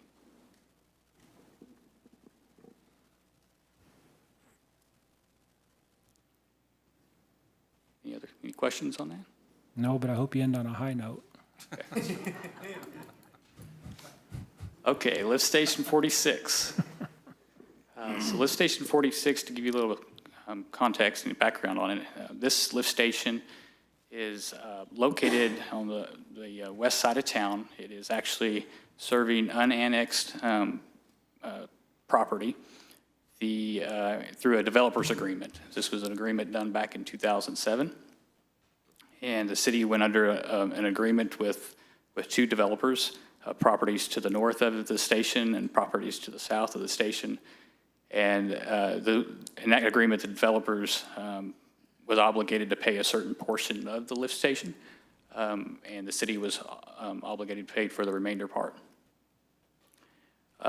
We've held on this project for quite some time. We did the project in stages. We installed a wet well, and the developers installed the gravity sewer system to the wet well. We have actually been serving those two developments without pumps and controls for several years now, for probably about 10 years now. And we have been pumping that with pump trucks, so we send our guys out on a regular basis to pump that wet well down and to convey the wastewater to the system. It's gotten to the point that developments is continuing to grow out there, and we're to the point that we need to install pumps in the system. With that, this project includes valve vault and pumps and controls and a generator, backup generator for the site. When we bid out the project here recently, the bid came in at $775,000, well over what we anticipated when we budgeted the project a couple of years ago. Excuse me a second. Jim, you're familiar with this developer agreement? I know it exists. I have not read it in detail. Are we talking about in the 376 area? Is there a reason we can't mention the developer's name, or we shouldn't? If it's listed in the developer agreement, you can list it because that is a public record. That's public record. So which properties are we talking about? So the northern property is Whisper Cove, which is owned by Gail Myers. And the southern property is Estates at Majestic Point. That property was originally owned by Jim Stroffus, I believe. And I think he, through some transactions, it no longer has that property itself. So now it's just individual property owners that's involved in that. And these properties are not annexed in the city? That is correct. We actually, the previous boards back in 2007 went under what's called a sewer sewer services and facilities annexation agreement. That was the time, back then, that's what they used to serve properties that weren't annexed into the city limits. And they pay a 1.5%, or They 1.5 times. they actually, for their wastewater, they pay 2.5 times the normal rate. We need to look at that agreement. Okay? Okay? So we're reviewing that bid. I met with we only received one bid for that project. The bid went out to several different local companies that we found, but none of them bid on it besides one. So it kind of tells me that either they've had so much work and not enough staff to handle this project, or there's not much return on the project itself because it's very specific components in itself.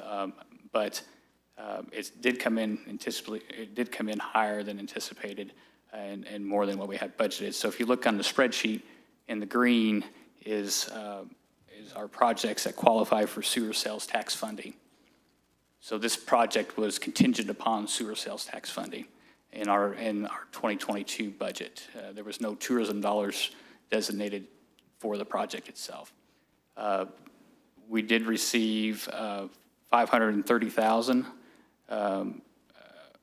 or we did get a commitment of $530,000 from the county for sewer sales tax, and also another $85,000, which was for the Country Bluff project. So in total, we have $615,000 in sewer sales tax that could go towards this project if that was the desire of the board. The 615 could go towards these 4 items in green. They go to the 4 items in green. However, I'm recommending to proceed forward with the lift station 46 project. The lift station 34 in this year's budget process, I'm going to recommend postponing it to next year. And then the sewer collection rehabilitation, that's an ongoing yearly capital project. That's our efforts to reduce infiltration and inflow into the existing wastewater system. And so we try to designate $350,000 yearly that goes towards CIPP lining, so it's cured in place pipe of the existing sewer system, as well as manhole rehabilitation. But that, again, that's just an ongoing project that I don't like to use the term, but often it's been kicked down the road. Sure. We kick that can quite often, and we still have major infiltration issues during rain events. Okay. Again, like I said, lift station 34, I'm going to recommend postponing to 2023 just because of the anticipation of funds. That project was originally budgeted for $480,000. I suspect it's probably going to come in similar to the lift station 46. It's similar in nature, so it's probably going to be around the $800,000 mark for that project. So at this point in time, I can't see proceeding forward unless we did a major budget amendment to cover for these projects.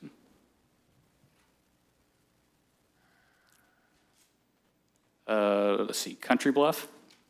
Again, that project's on hold. It was brought forward to the board, and it was denied a contract. So we're on hold with that until I'm directed to bring that back.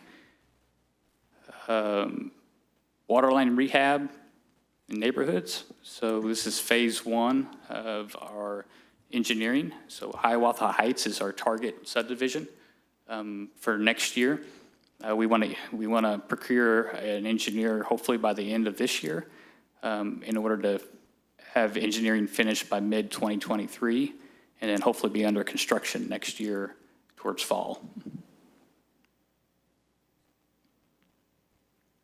And by doing that, in Hiawatha Heights, having those water lines redone, then it would be in a position to go look at repaving Hiawatha Heights. Is that correct? That is correct, yeah. So that would be a complete package deal. As much work that we have to perform in there, we will be disrupting a significant portion or percentage of the pavement. So our recommendation would be to Sure. include in the project a complete pave over of the Adam Mill and overlay. So Kendall, is your thought I don't mean to interrupt you on this report.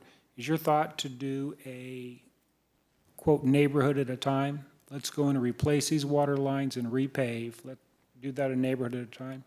Yeah, so my target would be to engineer 1 year and then build the next year. And then while we're building, to engineer the next subdivision. Yeah. And to keep flipping the Okay. rotation of that. That's a pretty significant time schedule to meet.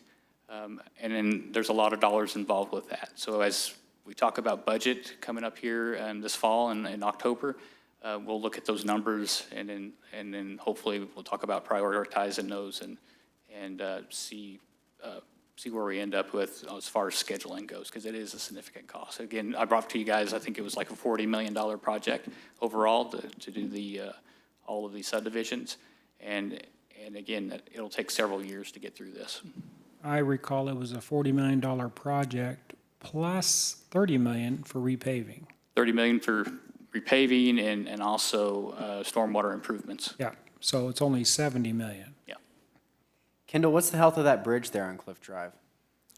I'm sorry now? That bridge on Cliff Drive, is that pretty healthy? Have we looked at that recently? I honestly couldn't answer that, Marshall. I think Keith would maybe be more likely. Yeah. Okay. So that's a state bridge, yeah. Okay. All right, next project on the list is Spring Creek Water Mains. So this project is on hold. I'm going to propose to put this project on hold as well until funds are available. The extent of this project is to extend water mains through the Spring Creek North area. This is a unique situation the city is in this area. So it's property that's not annexed into the city limits, but we serve water to it. Years ago, DNR approached us and asked if we would serve water to this area because the subdivision well has went bad. And so the leaders at that time chose to connect them to city water.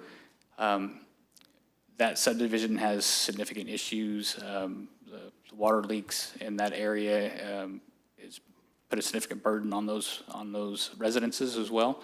We read a master meter, and also we read individual meters out there.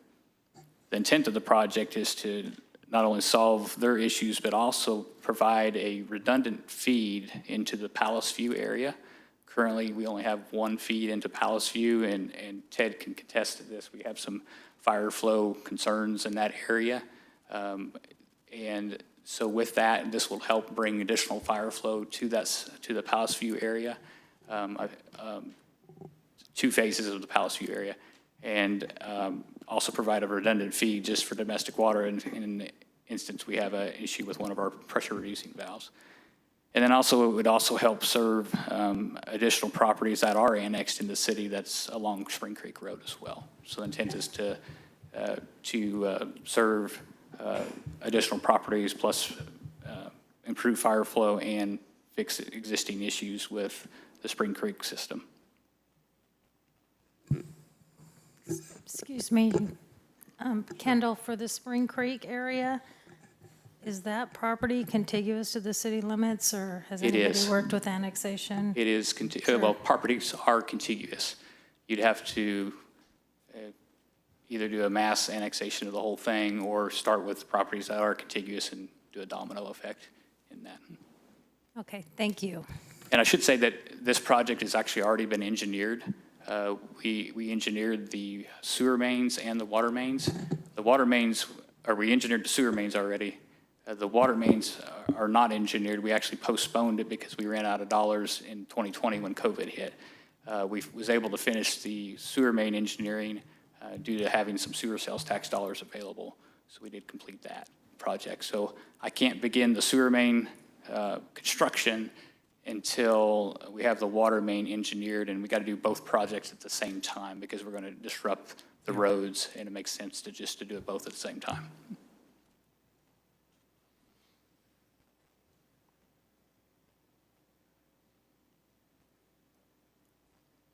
So the next project is our Cooper Creek wastewater treatment plant intermediate upgrades of our UV refurbishment. The Cooper Creek wastewater treatment plant, the disinfection method is using ultraviolet light. And the system has been in place since the construction of the treatment plant, and it's due for a complete overhaul. We originally budgeted $210,000. However, our bids that we received, the low bid was $138,000, so we'll save a little bit of money there, which is good. We want to repeat that. We are saving a little money. Another project we have, we're working on right now is called our water treatment chlorine leak scrubber. So this would be a safety function that's currently not in place. We budgeted $250,000 for the project. We've been working with some vendors on possible solutions. Due to the lack of space to house the unit, we're trying to come up with some alternative methods. But what this is in the event that we have a chlorine leak at the Meadows treatment plant, we use gas chlorine. And currently right now, we do not have a scrubber or a filtering system to safely remove that from the air in case of a leak. So that's something that we've had on our budget for quite some time. That's been moved down the road several times here from year to year. We're hoping to kick that off later on this year if we come up with a solution there. So.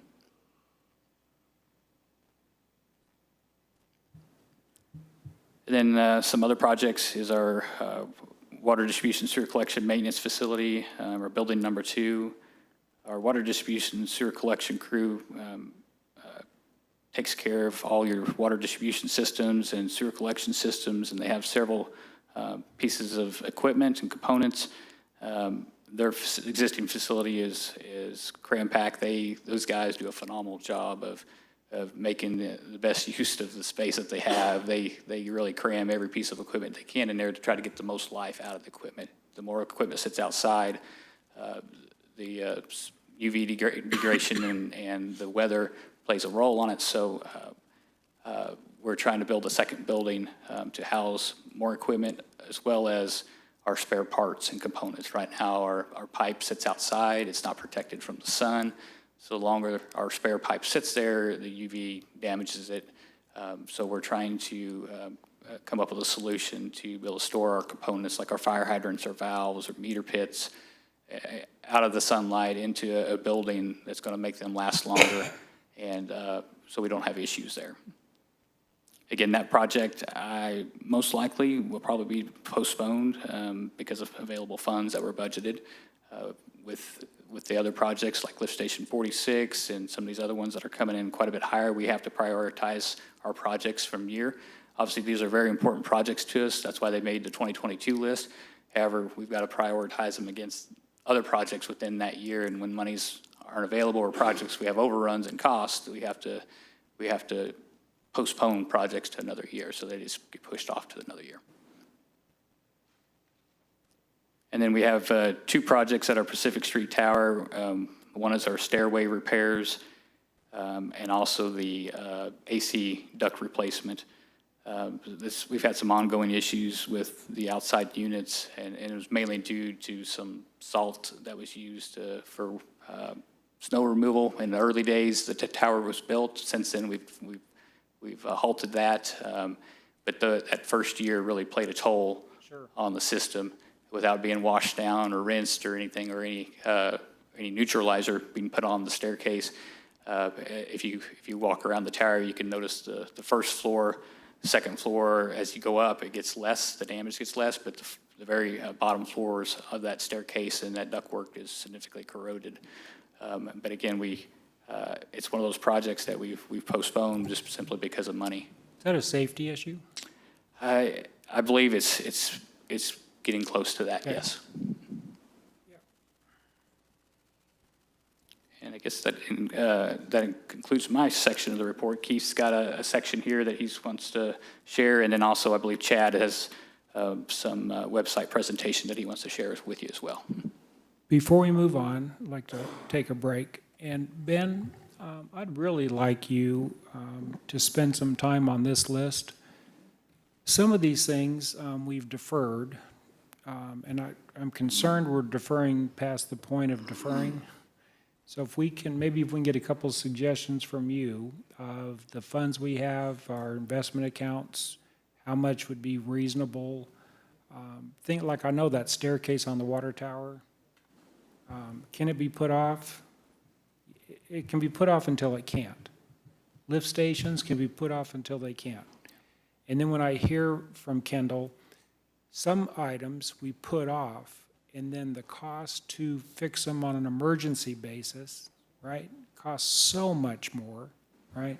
Yes. So let's visit on these items and see what we can come up with.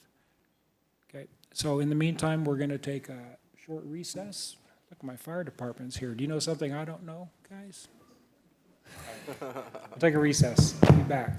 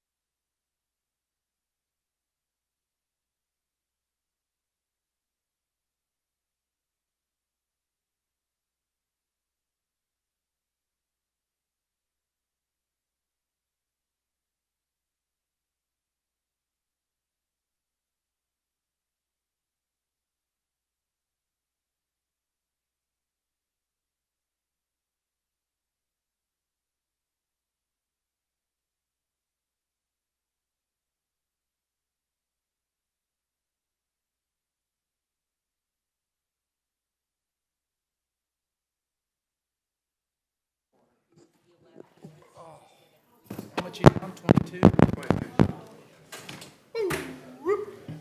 22 pounds? It's all that bass playing you're doing. Went over the Americana the other day, he's like, I just got off stage playing bass. No, I was playing drums. Oh, playing drums? Nice, dude. We're live. He's good, so he's not a musician. If you're sick, I can start the meeting.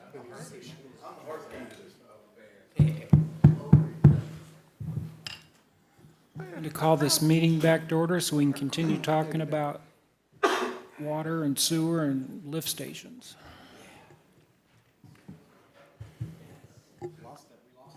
We lost, yeah, that's what happens.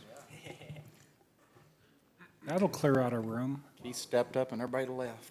I know. Now we're going to talk about the fun stuff. Okay, let's talk fun. You ready? All right, Ready. here we go.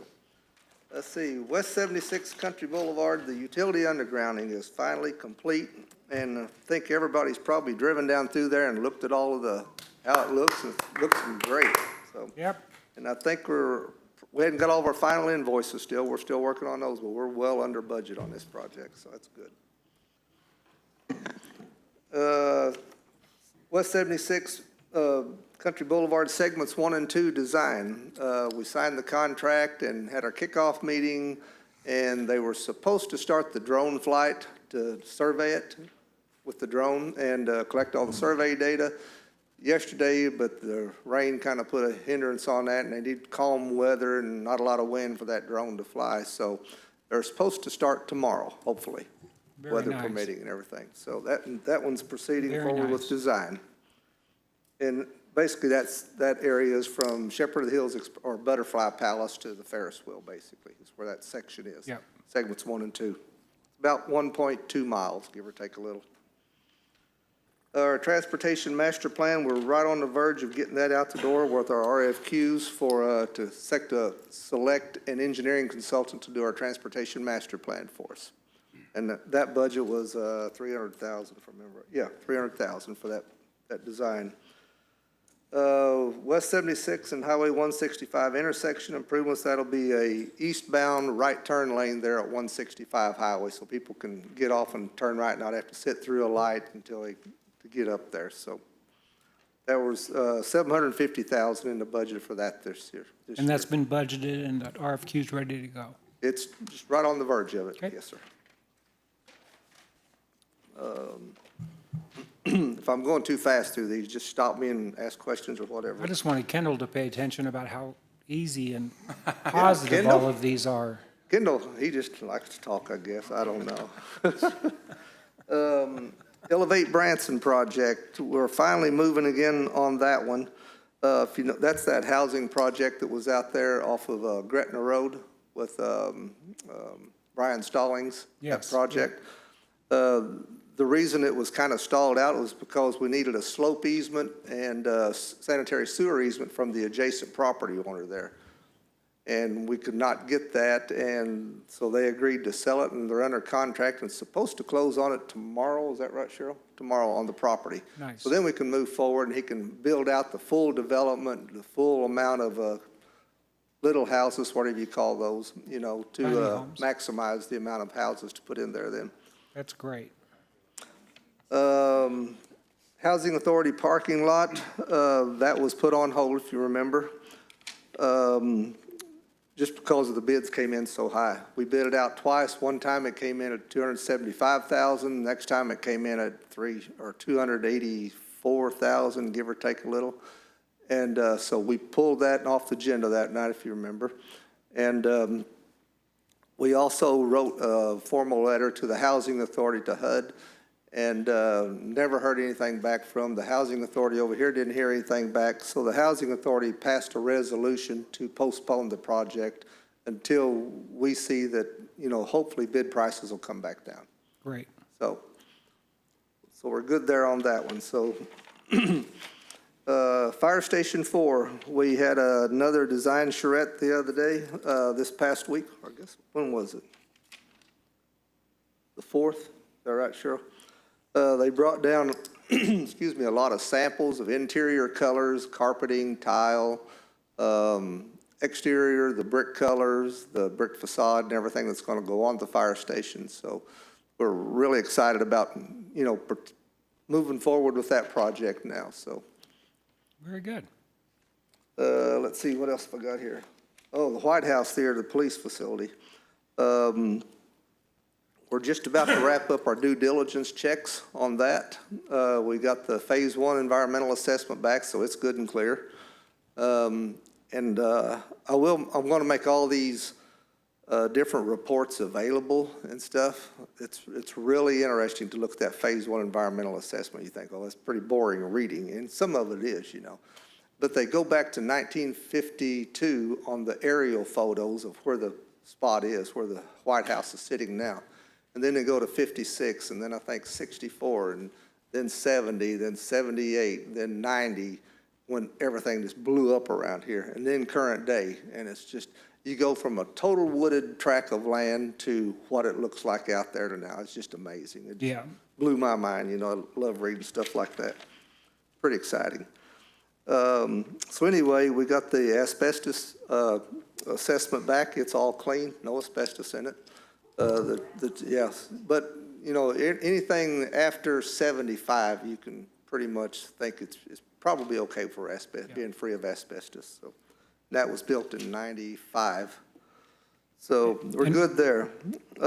We got the architect's report back yesterday afternoon, and to look at, see if it's even feasible. And we're going to have a meeting with him, a Teams meeting with him tomorrow to go over all the alternatives and everything. So we were better prepared to present it to you all in a professional manner and to see where we're at on it as far as dollar-wise go. Do we know when that'll be presented, Lisa? We'll know tomorrow. Okay. Yeah. We just got it back, so. Yeah, just got it back yesterday. We just got it. Yeah, well, there's no rush. We have another 20-something days, right? Well, we'll have it well before that. Yeah, I don't want to push the window too close there. I don't like doing that. Elevator upgrade for City Hall. We're working on the bid package to get this elevator out here upgraded because we can't get parts for it anymore. Everything's outdated. It was built back in 94, 95, I think, somewhere in there. Kendall wants to know why you can't keep operating that thing until it quits, because he's asked to keep his lift stations running until they stop. Yeah, each to his own, I guess. Let's see, the HVAC and the VRF system for City Hall to get rid of the chillers and the old wall units that's in Police Department, part of Finance Department. We had that the water main that goes in the ceiling of the Police Department is rusting out really bad. So we're going to do what we call kind of a design build project. We know what we're wanting to put in there, so we're going to put together a bid package, and it'll be up to the supplier to get the design done as one total package. Be easier to do it that way. Has that been budgeted, Keith? Yes, it was budgeted for this year for $335,000 is what we had to budget for it. So, and the elevator upgrade was $88,000. We had budgeted for it. Anyway, that's pretty much our projects right now. I mean, we've got a lot scheduled for the budget for next year, but. Kendall. What? Oh. Did you hear the difference in these two reports? I mean, how many attaboys, good job, that's great, good news. Kendall, we're going to get your stuff figured out. He's got a lot of. That's no way to toys. operate. Yeah. Anyway, that's all I have. You have any questions? No bad news? No, just cleaning up from the storm last night. So. I was going to save it for my reports. But I don't know if our community realizes what Kendall's department does and what Keith's department does in the middle of the night. Because you can't project when pipes are going to break, when there's water main breaks, when there's storms like last night. And I want to tell you, I personally had so much appreciation, and I will selfishly say, I'm all warm, tucked into a blanket inside my house, watching this storm go by.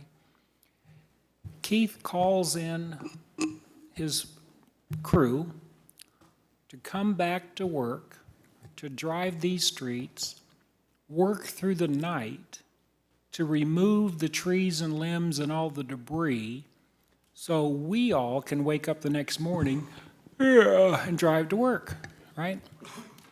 I think a lot of that goes unnoticed, and I just wanted to tell you how much I appreciate, and I know this board and the community really appreciates, especially what you two do. And that event last night was an example. Well, without the staff we have, and, my street department staff, they're in at the drop of a hat when we call them. And I got a street maintenance supervisor and my operations manager, Ben Stabo. Police department notified them when we got a tree down, and then we started getting another call. And I think we had a total of 7 trees down across the roads last night. What time did you guys get done last night? I think the last part of the crew went home just shortly before 1 o'clock this morning. Yeah. And they was back in again this morning, at 7:30. And we're still cleaning up as you drive up around City Hall behind here where the biggest hailstorm hit. And it's a mess. It's going to take probably another 3 or 4 days to get all the stuff swept up. So, but anyway, I will sure tell them. And very much appreciated. Yeah. Yeah, they're a great bunch. Appreciate it. Thank you, Keith. Your Honor, before we go on, just now that we're through this report, recommendation from the board on how often you'd like to see her, or I wanted to bring it to the whole board to kind of get a kickoff. Also, it's a great introduction for the budget process coming up. So it's kind of a starting point now. We can move this back to the Finance Committee, and it can be an update there, or we can leave it here and come back every so many months just for the updates. That's just How does the board feel? board's. I'm seeing some of my aldermen yawning. Mr. Mayor, I think this would be good to go in those retreats. Oh, absolutely. And if we're going to do those about 2 times a year, I think that's probably a good, especially since we're going director to director, that seems like a format that would suit this really You know what, well. that's a good idea. 2 retreats a year and have this updated? How do you feel? Good idea. Can't believe he had one. And then if anything comes up in the process, both Keith and Kendall, don't hesitate to bring it to the Budget and Finance Committee. I think Chad's wanting to not be left out too. Yeah, I was going to go there. I'll Chad, try to limit it to about 16 Chad minutes, has okay? Keep like it quick, Chad. something to wake you up. So, I'm sorry, before we move on, anybody in the audience have anything Cherry would like to address the report we just received? Okay?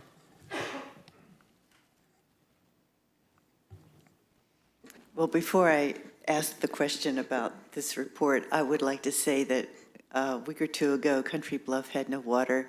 It was supposed to be from 3 p.m. to 5 p.m. And about 5 p.m., a neighbor called and said, well, it's still not on yet. Are they going to go home and wait and come back tomorrow? And I said, oh, no, that's not the way Kendall Powell works. They'll be on it until we have water back. And it was like 11:30, but we did have water back. And so we appreciate that, Kendall. We very much appreciate that. Thank you for sharing that. So, of course, I would like to comment on the line item referred to as Country Bluff Sewer Extension. The Country Bluff subdivision has all the sewer capacity it needs, even for the half-dozen lots that can still be built out. It's the developers of Fountains on Fall Creek, Dan Ruda and Kendall Combs, and Mark Ruda and Mike Combs, that need sewer extended to their property. Yes, the extension will come from an existing manhole within Country Bluff, but to be really transparent, the project name would be more accurately titled Sewer to Fountains on Fall Creek, or at the very least, Fountains on Fall Creek / Country Bluff Sewer Extension. This is not a reflection on Director Powell. I believe this wording has been in place since before he took over the Utilities Department. The comments box on this report reflects the May 10th vote, which let expire the second construction extension of the contract with the sewer district. So my first thought was, why does this project even need to be on this status report? And then a few minutes ago, Director Powell stated that it's, quote, on hold until directed to bring back, end quote. Oh, that doesn't sound good at all. based upon the vote, I wouldn't think it would come back. Without a current contract, why wouldn't you just cancel it, delete it, take it off the books, or like you said, apply it to lift station number 46? There's no point in reapplying in September for it, or even an amount closer to $170,000, which would provide full sewer capacity to the Fountains on Fall Creek property, because the Country Bluff property owner whose driveway gets inundated with the floodwaters still won't grant a temporary construction easement until the missing stormwater detention pond is constructed. The pond that Dan Ruda and Kendall Combs, two of the 4 developers of Fountains on Fall Creek, circumvented in 2020 by ignoring the county and DNR sediment filter basin regulations and the city storm drainage facilities design criteria and standards. So what is the city going to do with this line item? But here's another question. What is the developer going to do about this line item? 3 months ago, on May the 10th, Kendall Combs spoke before this board and threatened the city and the subdivision that if the construction time extension wasn't approved, there would be several more years of problems, meaning flooding problems within Country Bluff. Is the developer going to threaten the city again, this time to go through with the construction, since the sewer district has approved the monies and not yet relocated the funds? I would imagine the Rudas and the Combs have already contacted Bradley Albritton of the sewer district and the county commissioners to not only retain these allocated funds, but possibly proceed with the construction through maybe a county contract of some fashion. Are Dan Ruda and Kendall Combs going to threaten to sue the city to allow the developers to go forward with the construction directly with the county and the sewer district? Mr. Mayor, over the past year, you have spearheaded an effort to come to a development agreement between the city and Fountains on Fall Creek developers to get that detention pond in place on the developer's property instead of using the 2 Country Bluff lots. Where does that effort stand at this time, especially with respect to the sewer and water demands that the developer requested in May? Where that project stands is we are awaiting the developer to submit development plans for that property. Okay. Thank you.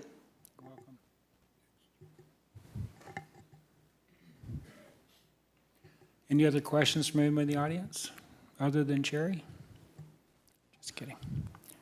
Any board members? Okay, Chad, you're on. Sure. So, Mayor, members of the board, as you recall at the... Need a microphone? Can you hear me? Sorry. At the retreat, we spoke about highlighting, for example, some projects that we have in the works, some larger projects that show our citizens and taxpayers and visitors examples of where their tax dollars are going. And so Melody and I worked with various departments in these examples, engineering, fire, police, and utilities, to create a portion of our website with a few tools to highlight these projects.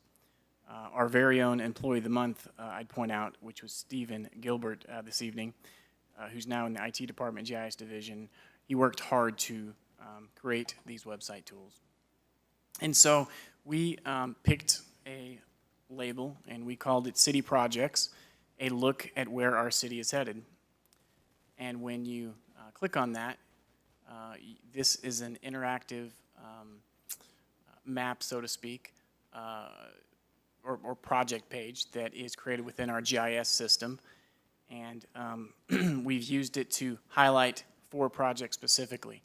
Our Fire Station 4, the 76 Entertainment Revitalization, the proposed Branson Police Headquarters, and the Compton Flood Project. And so as we scroll through here, you can see you can click on any of these projects at the top to go directly to the project itself. Again, all these maps you can click on to enlarge, or in this case, not enlarge. We'll have to look at that. But we tried to set this up to where it was standardized So we have on each project some verbiage about what the project's about, some frequently asked questions, and we tried to keep it consistent in terms of, in this case, why is the fourth fire station needed? How much will it cost? How's the project being funded? And what does the timeline look like? So common questions that might come up as you are a citizen wanting to know more information about these projects. And so we can update this as these projects move along. In this case, we have an example of something that's more interactive. So if you are a citizen in this example and you live on Fall Creek, so 420 Fall Creek Drive, you can type that address in, it'll auto-complete for you. And when you do a search, anytime you demo something, it takes 10 times longer than you anticipate. And if I told you that's never happened, you wouldn't believe me. Just buffering. There we go. So in this case, you can see the route from the new proposed Fire Station 4. You can see that the estimated response time to this address is 5 minutes, 11 seconds. It's noting it's an estimated 53% faster response time than if they were traveling from, Fire Station 3, which is, I think, pretty helpful. So if you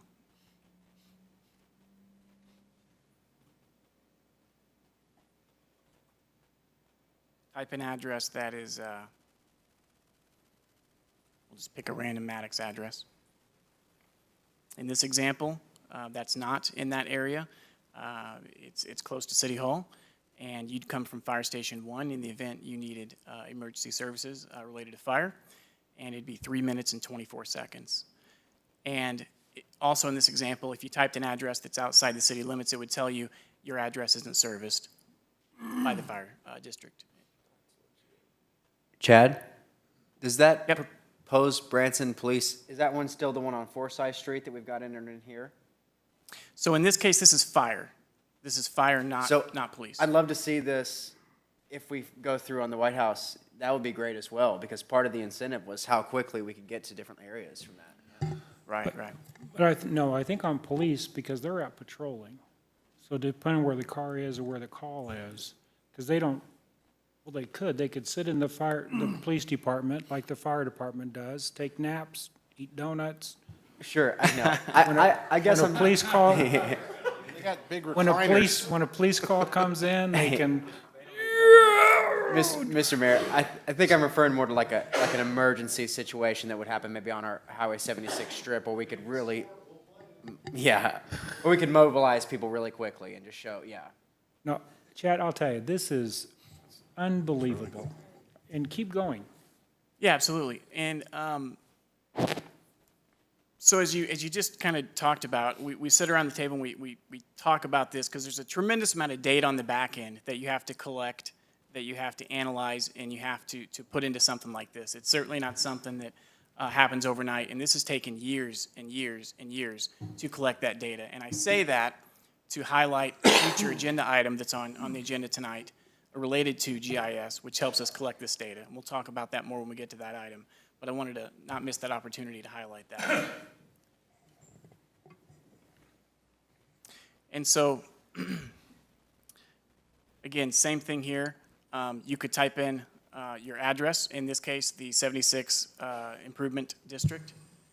Again, just before I get to that point, we keep it consistent about the project, FAQs, how much it'll cost, how it's funded, and estimated timeline. Click on images in terms of before and after. Same thing here on a segment map. You could type in an address.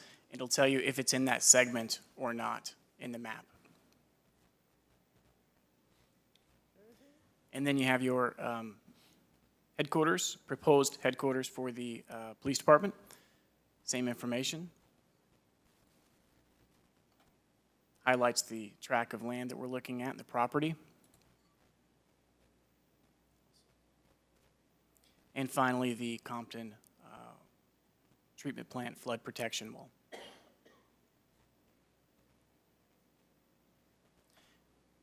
So I won't take up a whole lot of your time, but I just wanted to highlight this and let you know that, you know, we're working with directors to identify projects that we can, you know, place on this page or things that we want to, you know, highlight to the community that their dollars are hard at work, and we're a lot of things, you know, in the pipeline. Very, very impressive. Go ahead, Lisa. So I just want to say again that Chad started off, this came out of the retreat. We talked about these landing pages for, to highlight for the citizens. And so this is one of those items that came out of the retreat.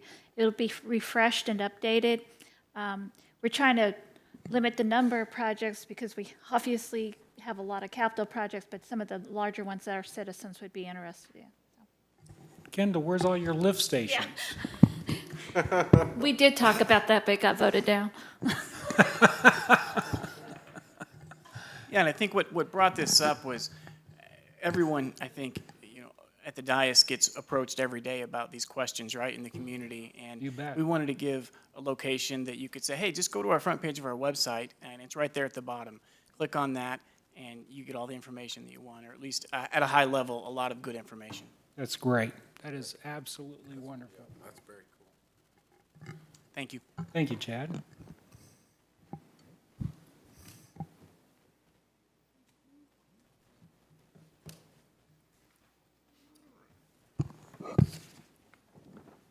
You ready to move on to item 7?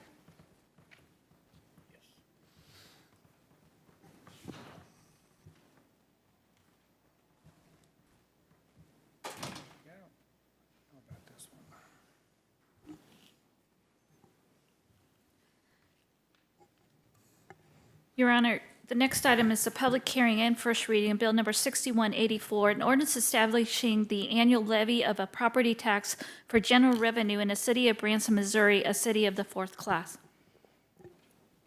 So we will now open a public hearing and begin with a staff report from Ben Hart. Thank you, Mayor. Every year, by state statute, the city is required to publish the mill levy. The timing of that mill levy publication does not coincide with when we get reported from the state auditor's office, the final mill levy.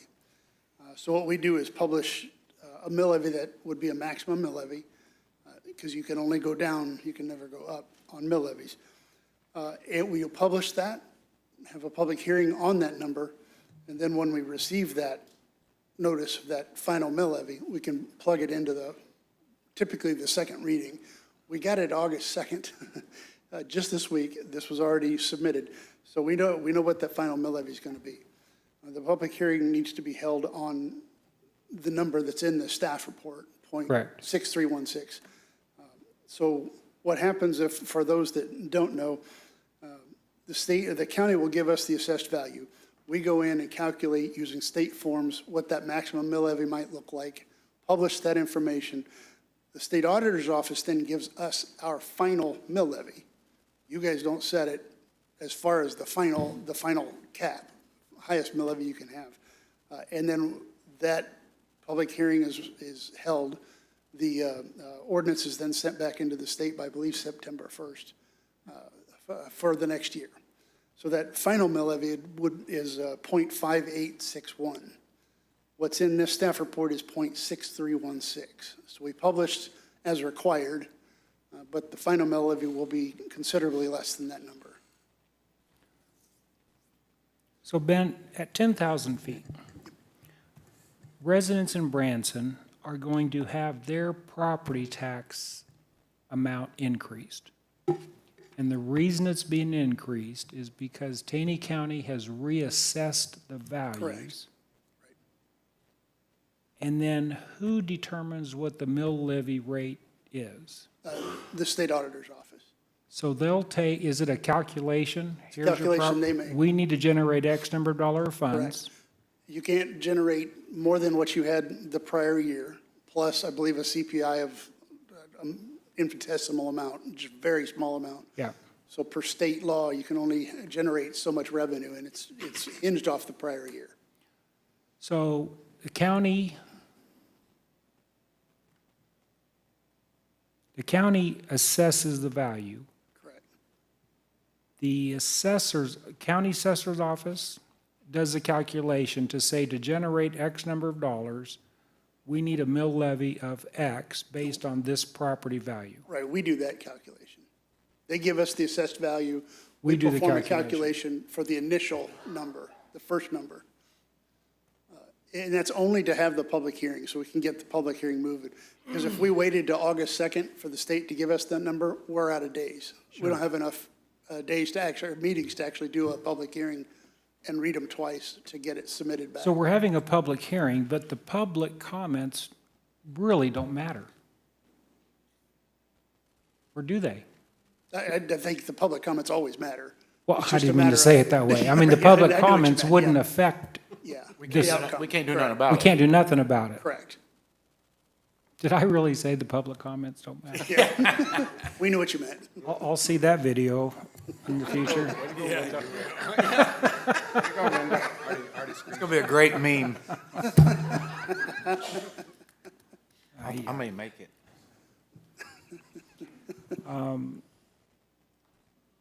Okay. So what are they asking of us? I mean, We opened up a public a public hearing. This is our public hearing that we're having. And we're asking the public to give comments on this. making us pay more property tax? Yeah. Oh, I'll say no.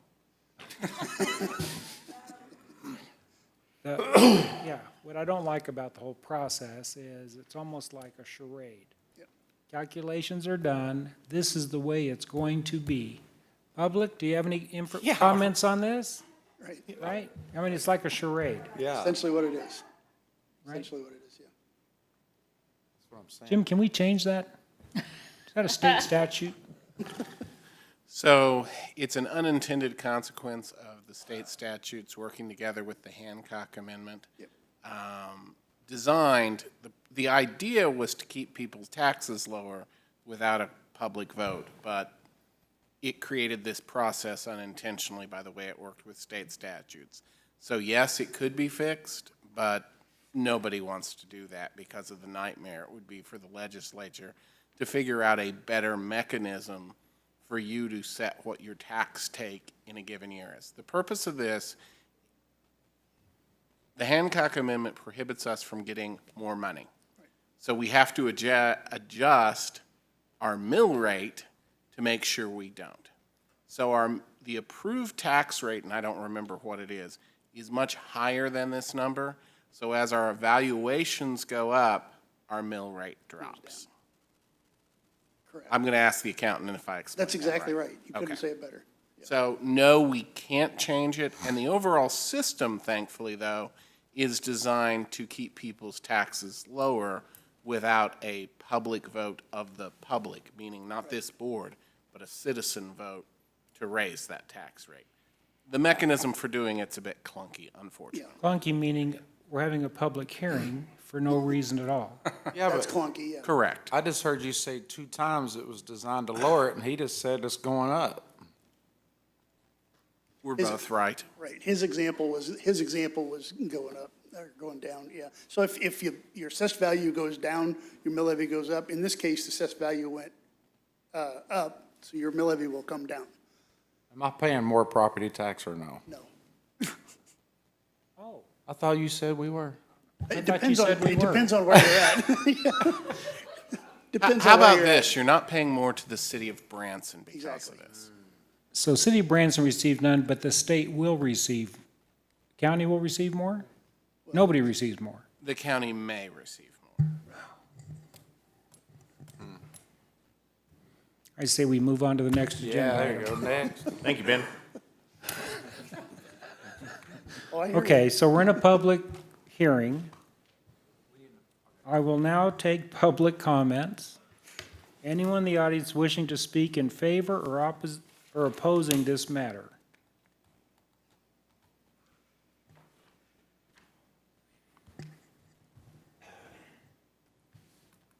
Any alderman comments?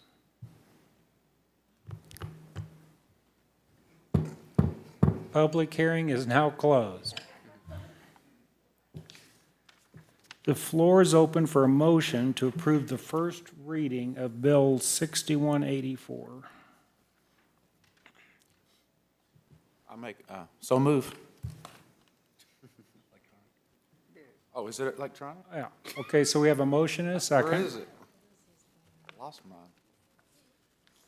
It's okay, you don't need to There it play. is. And Lisa, We does have a that- motion, Does that modify the number? They're Okay. getting there. we're getting there? Keep going. I'll just keep reading until you tell me to stop. We have a motion and a second. Anybody in the audience wishing to speak? Get to that. Any aldermen?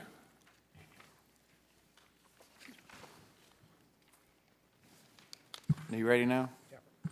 Your Honor, I move to amend Bill number 6184, Section 2 levy amount from .6316 to .5861.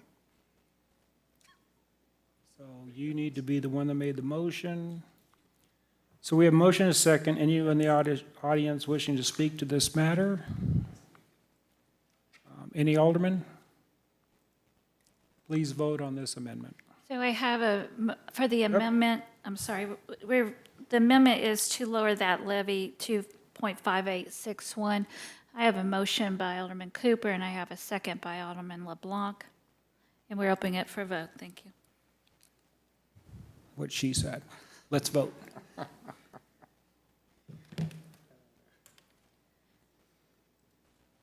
So the amendment carries 6-0.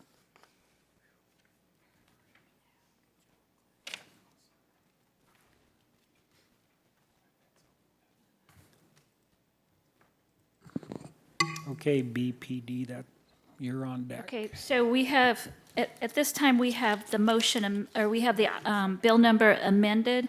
So now we need to vote on the final vote for the first reading on this as amended. So we have a motion, a second on the floor, and it's been amended, and I need to open that vote.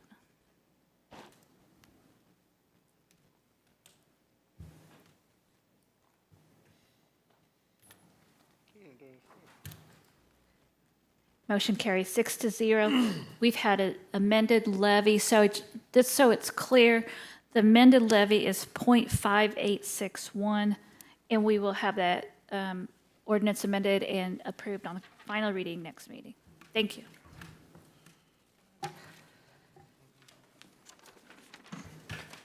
Your Honor, the next item is the first reading of Bill Number 6185, an ordinance approving the contract with the Southern Missouri Professional Firefighters Local Number 152, affiliated with the International Association of Firefighters, AFL-CIO CLC, for acceptance of the 2022 through 2024 agreement known as the Collective Bargaining Agreement, and authorize the mayor to execute the contract. The floor is open for a motion to approve the first reading of Bill Number 6185. How did you guys get that? Get a report from the head man. On to more exciting news tonight, Mayor, members of the board, designated representatives from the city and the IFF Local 152 have been meeting regularly to modify the collective bargaining agreement that has been agreed upon by all involved. The collective bargaining agreement essentially is a contract to be honored between the city and the members of the IFF Local 152. The local shop represents the city's firefighters, engineers, and captains. The fire chief, the chief officers, the fire marshals, and the office assistants are not represented by the local shop. The collective bargaining agreement maintains management rights for the operations of the fire department, including the control of budget, the fire apparatus, fire stations, and personnel. The Local 152 agreed to a set of prevailing rights that essentially protects our employees in their working conditions and their facility assets. The collective bargaining agreement takes care of our number one resource, our employees, with a focus on providing and maintaining the most efficient fire rescue operations for residents and visitors. Be happy to answer any questions. We recommend acceptance of the contract. Are you satisfied with the contract? Yes, sir. Are you satisfied with the contract? Yep. Did you get your patches on your uniforms? We have a new policy in place that went out today talking about the designated items for the T-shirts, the pins for, let me back up, Class A uniforms has a pin, Class B uniform, which is what I have on, has a pin. The T-shirts will have the availability to put on a sleeve, which we've done for other special events T-shirts, and baseball caps and stocking caps and such. So that's been sent out today. They're working on a new, we have a vendor that we do our T-shirts and resources with, and they're working a new program with that to make it more efficient for our staff to get those uniforms a little more quickly here locally. You guys good with that? So we need to put this on the floor. We have Yeah. a motion and a second? Yep. Anybody in the audience wishing to speak to this matter? I'm telling you, They're smiling. they know where our heart is. Any members of the board have any comments or questions? Marshall?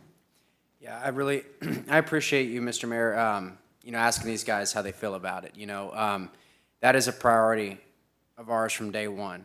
A lot of you guys supported us, stuck your necks out there, so I think it's important.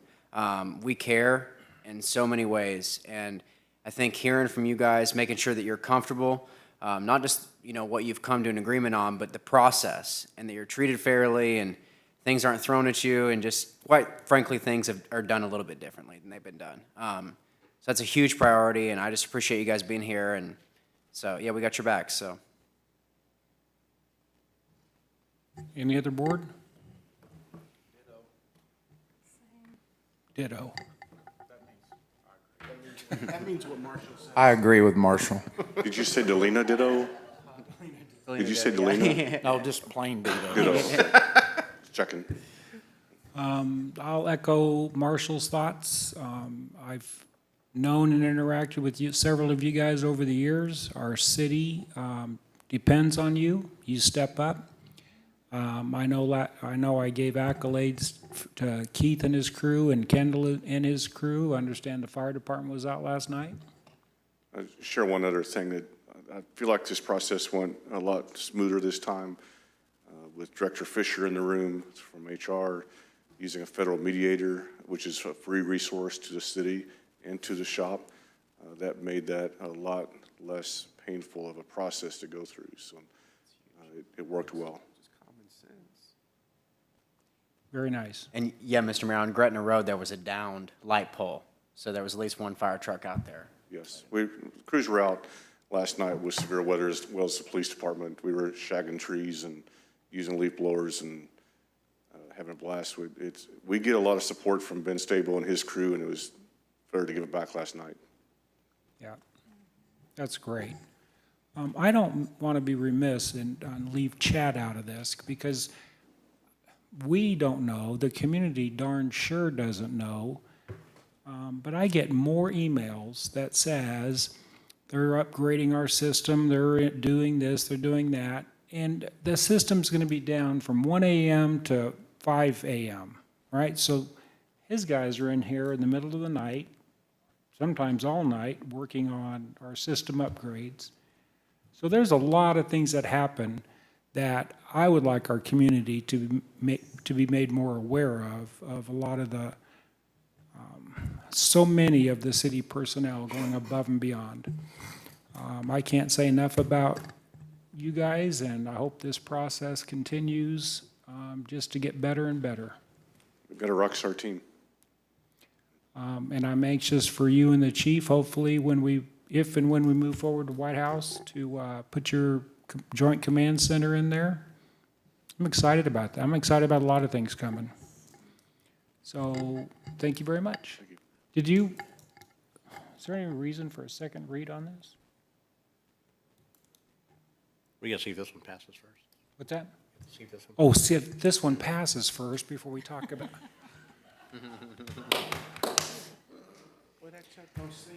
There's one on every dais, and we know our one. Okay, so we have a motion, a second. We've had the comments. Let's vote. That motion carries 6-0. No? Okay. Is there any reason to not do a second read on this, Lisa? Well, the other question, go ahead, Ted. It would be great to do that. I don't know that it meets the emergency clause or a critical clause to not have that opportunity. I do know that on a payroll side, we need some prep time. There is a payroll change in this structure. No, you didn't say that. For our staff. Just kidding. It's minor, but I need Okay, fair enough. some bin time between now and the next 2 weeks. Ben's busy. He's got Okay. time with me first. Okay, so Okay. you've bragged a lot of people tonight. I'll go that route. With Ben? Yes, sir. No doubt about, this whole building appreciates Ben. So if we did do a double read, you could just back pay, right? You could figure that out? Can we call the vote? We already did. So, okay, you're good for the. Yes, sir. He's good to do this on the next meeting. Okay? Thank you very much. Thank you guys very much. Yeah. And tell our other firefighters. Your Honor, the next item is the first reading of Bill Number 6186, an ordinance approving Phase 2 of the Planimetric and Topographic Mapping Project and Pictometry International Corporation. The floor is open for a motion to approve the first reading of Bill Number 6186. I just want to make sure that we note that we are getting more detail in the title. I'm not sure we should have topics that have words in there that we can't pronounce. And this one has 3 of them. But we are clearly putting information in that title.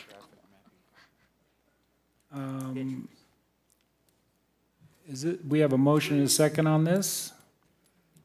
We'll get a report from Chad.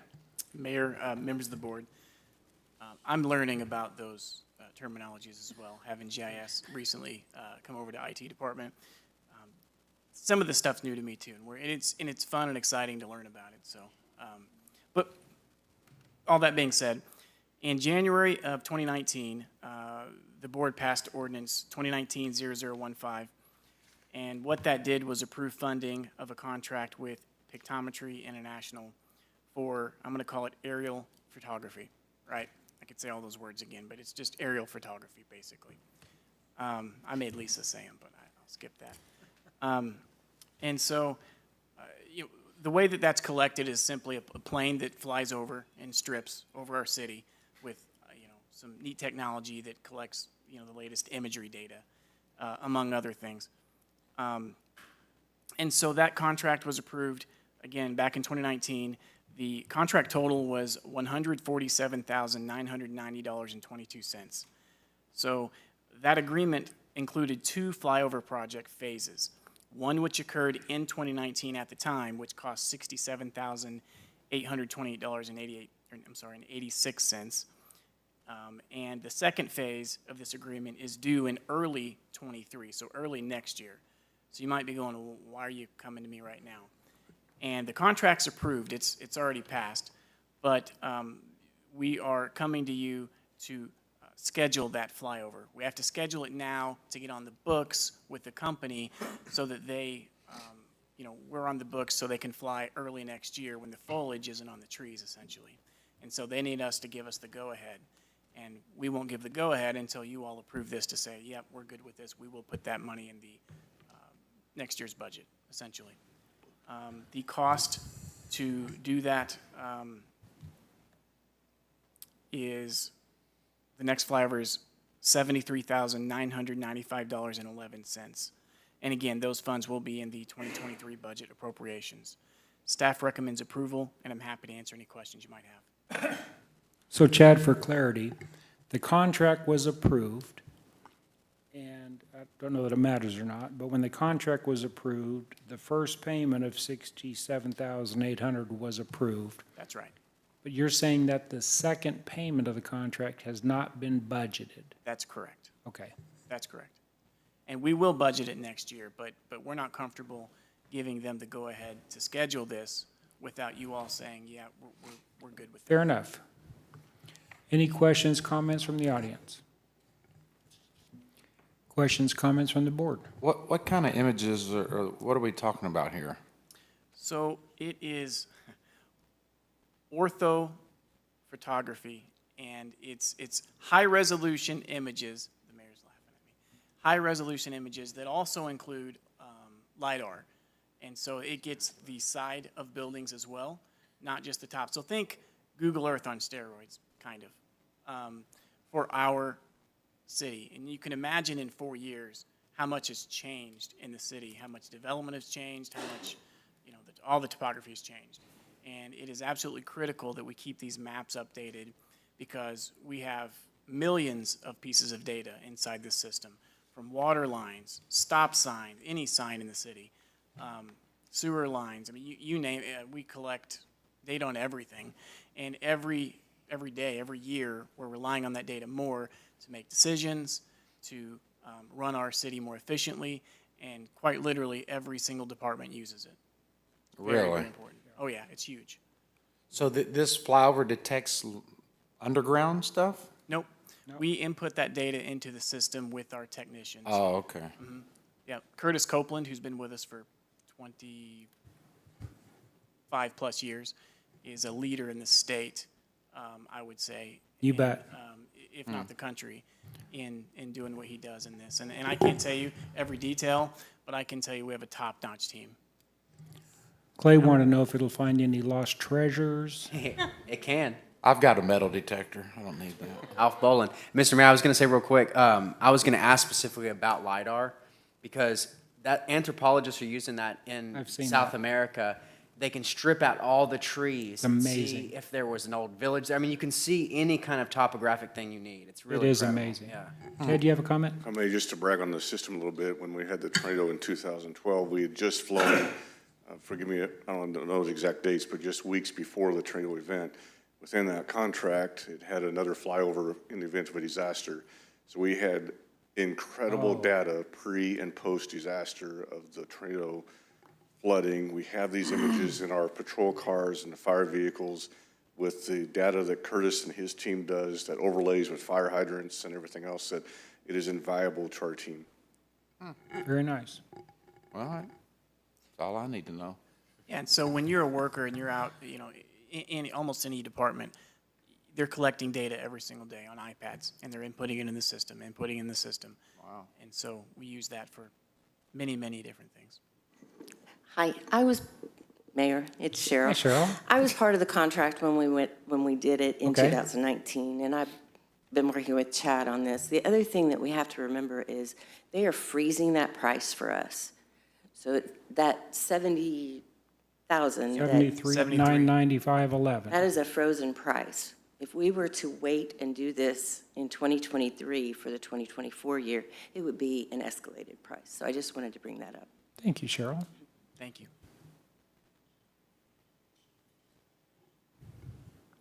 Any other questions, comments from the board? Uh-oh. I want to say one thing about the LiDAR, what Chad was talking about. The LiDAR is actually an elevation point. When the plane flies over, it gets a topographic image of the ground elevations. And it also will generate our new contour elevations, our new contours, the way the land lays, basically. So, for example, if you look out there where Cheddar's is now, it was a plain piece of ground before. The new images will have the new building on it, the new elevations, the new grading plan, if they build a detention basin or whatever. So this information is to like plus or minus a couple centimeters, Chad, something like that, plus or minus an inch in elevation. Yeah, an inch or two, that's right. So you can take this information and a developer could go out and lay a sewer line out across the woods somewhere if he had to with this elevation, with this information. That's how accurate it is. And there's millions of points that they collect when they do this flyover. So it's good for engineering purposes, new design, new developments that go in, wherever that may be. So it's very important to have this updated information. And as many changes as we've had over the last several years, it'll be detrimental, to not have it, for our new images and everything. So. And LiDAR is new, so this is state of the art. We really, yeah. And it's been around for a while, but the accuracy keeps getting closer and closer. Right. Down to plus or minus a centimeter or so. And this is very similar to what we're going to do on Highway 76, except it'll be with just a drone. We're going to fly it, and collect the images that way in the elevations. 62 square miles, is that right, or 64? Something like that, yeah, approximately, yeah. Very good information to have, though. Very impressive. So, Lisa, technically, what we're voting on is a budget amendment, is that right?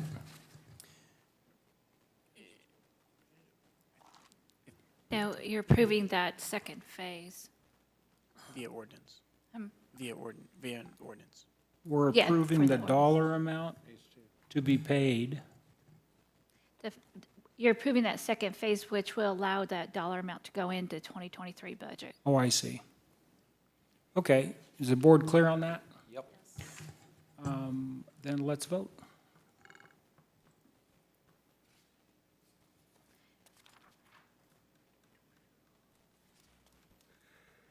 That motion carries 6-0. This one's a little different just because it went over a couple of years. That's what's making it unique. Okay. Fair enough.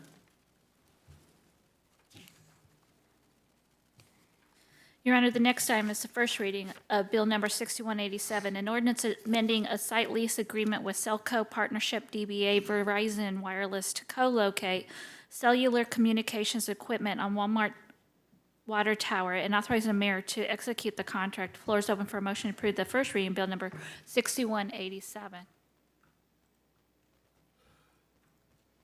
We have a motion and a second. We'll get staff report from Chad, please. Mayor, members of the board, I'd say it's rare that I get to bring you a revenue-generating contract and not a request for an expense, but this is one of those rare opportunities. So the following bill authorizes a contract amendment with... Hold on a second. Kendall, you listening to any of that? Getting beat up tonight. Go ahead, Chad, I'm sorry. Authorizes a contract amendment with Cellco Partnerships DBA Verizon Wireless for cellular co-location on our Walmart water tower. Verizon currently utilizes lease space on that tower for their equipment. The current agreement is due to expire, and this amends and extends that contract for an additional 15 years. The current contracted monthly revenue for this co-location is $4,329.19 per month. The addition to the term extension, the proposed modification to the agreement includes an increase to the escalator from 4% to 5% annually. All other terms of the agreement are unmodified. I'd also note that contractors would utilize the city's building permit process in the event they need to do any work on site to make sure they're safe, and departments have the opportunity to review and approve all project details, including structural and engineering plans. Staff recommends approval, and I'm happy to answer any questions you might have. How long has this been extended for, Chad? This is 15 years. 15 years. Mm-hmm. Yeah. Oh, sure. If I'd have- So just to give you an idea, with that 5%, by the end of this term, it'd be $8,100 a month. I mean, that's... Yeah. Yeah, that's excellent. So, any questions, comments from anybody in the audience? Questions, comments from the board?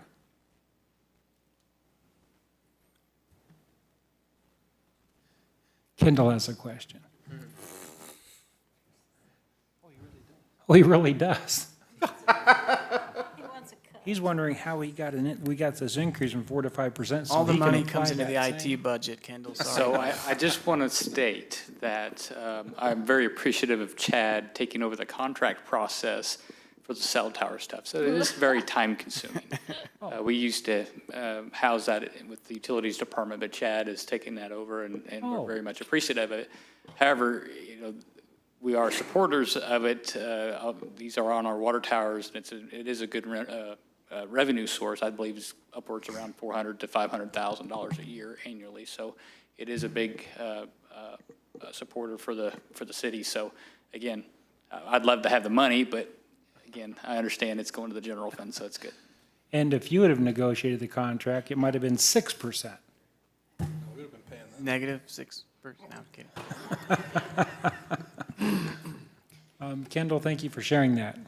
Your Honor, just to extend on what Kendall said, there is a lot of work for that. And when we get people on our towers, there is a lot of process to make sure they're safe to go up there. So that all goes through Chad's department to make sure contractors, they're usually subcontractors. So there is a process that was not, you think those processes happen automatically. Again, those were all put in place and go through a review by various departments. So it's all handled now through IT. Kendall lobbed that up to give me kudos. I'll be honest with you, I didn't volunteer for that. I was given that task. In full I disclosure. think he got the short straw if you would talk to the directors, because everybody's happy he got it. This probably doesn't matter, but we're also refurbishing some of our water towers. So when they have their towers, are they responsible? They are. I can take that. They absolutely Okay. are. We have to get, there's a language in the contract, we have to give notice. We've done that before. Okay. Several times. And sometimes they'll bring out what they call cows. And I could tell you, what's that stand for? It's a Cows? portable, it's what they call them. It's a portable wireless trailer essentially that gives connectivity and, in a temporary Okay. basis. Fair enough. Any other questions from the board prior to voting? Hearing none, let's vote.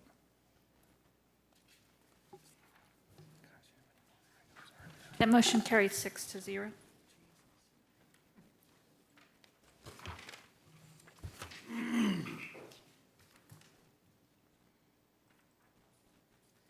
Your Honor, the next item is the first reading of Bill Number 6188, an ordinance amending the adopted 2022 budget for the City of Branson to adjust monies in the insurance funding for an increase in $93,166 for additional cyber liability insurance coverage as premium.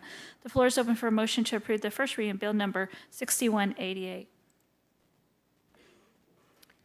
We have a motion and a second and a staff report from Jan. Mayor, members of the board, come to you tonight for asking for a budget amendment on increase for our insurance coverage for cyber liability insurance coverage. If you recall in the June meeting, we didn't have all the pieces in place yet. Specifically, we had property liability and work comp. We had those in place. But since we had a situation where our current carrier stopped offering coverage, our broker had to scramble and put together the best options we could find. We came up with two options. One option had $10 million cyber limit with $3 million ransomware. And the second option, the option we are recommending, is a $5 million cyber limit with $5 million in ransomware. We're recommending that simply because the ransomware is the higher value. That's what municipalities typically get targeted with. So we're recommending that coverage. To that extent, the cost of the coverage is more than tripling. It's going from $43,014, what we had budgeted last year. And that was kind of the placeholder that we put in place for 2022, 2023.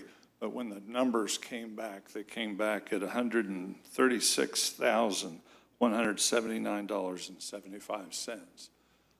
It's a big chunk of money, but it's coverage that the city needs, and staff recommends approval. You need to go sit next to Kendall. Anybody in the audience have any questions or comments? Questions or comments from the board? Jan, I noticed in your report you mentioned, so there's obviously the $90-something thousand difference, but then there was the insurance refund of almost $49,000. So it looks like a net difference to the city, or a net impact of $44,000. That's correct. I was remiss in not mentioning that. The fact that we got a refund on the workers' comp side, we can turn around and apply that. So the net difference is less, but still, we do have to modify the budget. That makes it feel better, though, Well, when and you say that.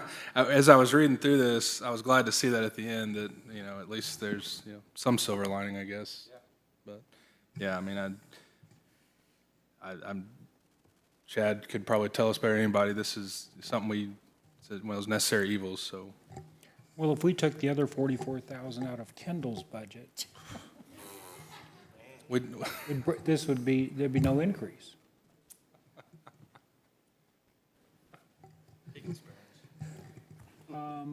Chad, do you want to chime in on this?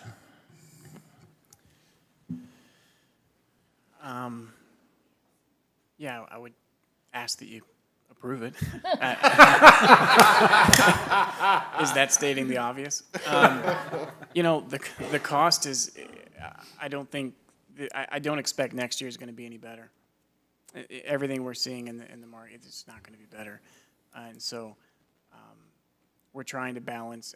I mean, it's expensive, and we got to make these judgment calls as things. It's balancing risk, right? It always is. Yep. It's balancing risk, and it's where you put in your dollars, and you got to put a lot of money, and you'll see in the operating budget that's going to be coming to you, or at least the requested operating budget from my department, there's an increase in not just this, but software and hardware that we need to buy to continue to try to protect our resources. That's the industry, and we're always trying to balance that with what can we afford legitimately, and at some point, the juice may not be worth the squeeze on how much this is going up. I would ask, I don't think we're there yet. I really don't. And I hope we're not going to get there. But it's a lot to swallow, but I think we need to do it as a city, and that's my recommendation.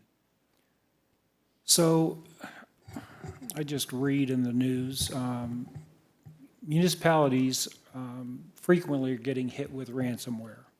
Yeah. And when they get attacked with ransomware, they put out a demand for money to unlock your system. Correct.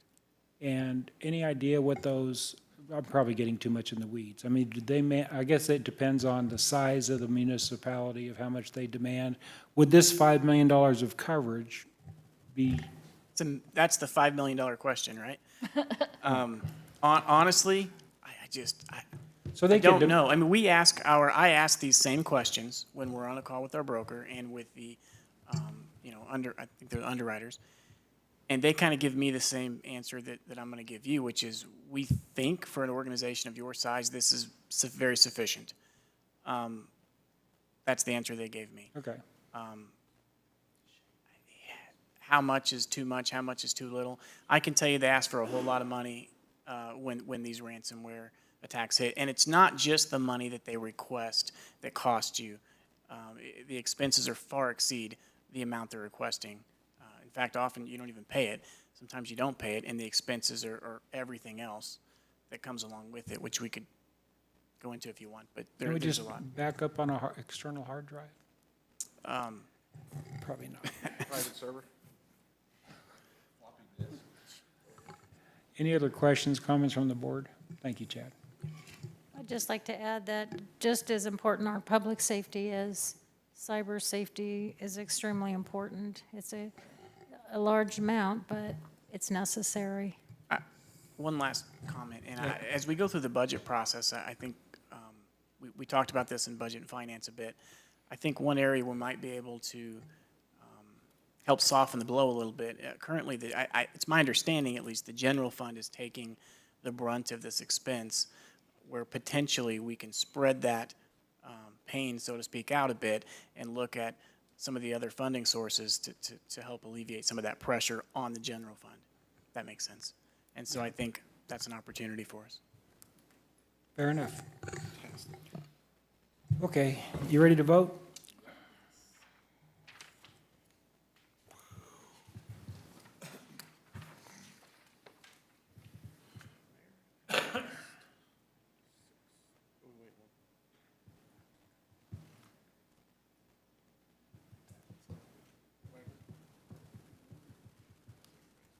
That motion carries 6-0. Your Honor, the next item is the first reading Bill number 6189, an ordinance approving the 2023 Employee Health and Wellness Program. The floor is open for a motion to approve the first reading Bill number 6189. We have a motion and a second and a staff report from Jan. Mayor, members of the board, the city has a health and wellness program that employees participate in. That allows them to get discounts on their medical insurance every year. Participation in this is solely voluntary, so if an employee doesn't wish to participate in it, they don't have to. If someone participates in it, then they can get up to a 100% discount on the employee-only coverage. they're always going to get discounts on the dependent coverage as well. A couple of years ago, we simplified this because we'd gone through multiple iterations of this wellness plan. People were grunching and groaning and complaining about too much to do and things like that. So we simplified it down to a basic element of go see your doctor and sign an affidavit whether or not you use tobacco products that are in line with the Affordable Care Act. That's it. That's our wellness plan. We found that getting people to go see their primary care physician is the #1 element of any wellness plan. It detects issues before they become big issues.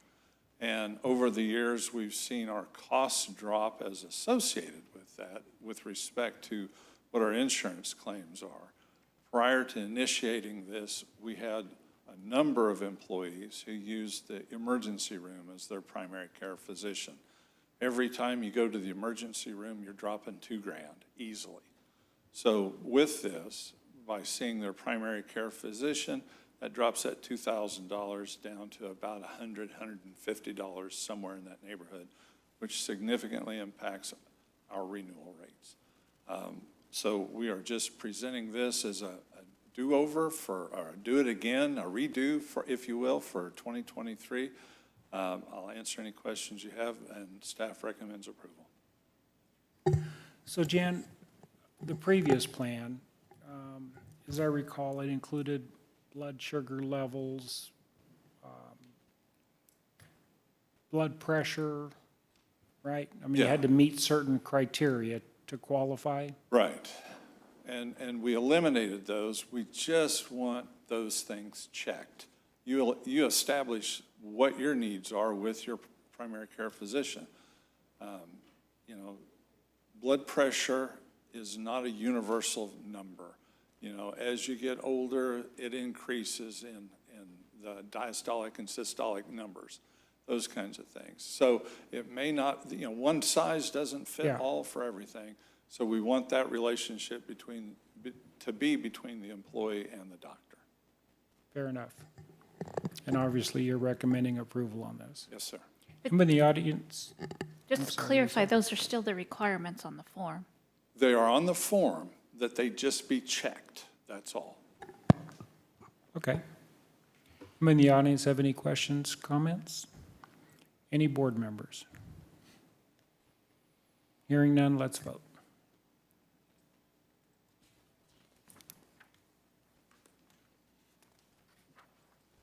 That motion carries 6-0. Kendall has a repeat performance.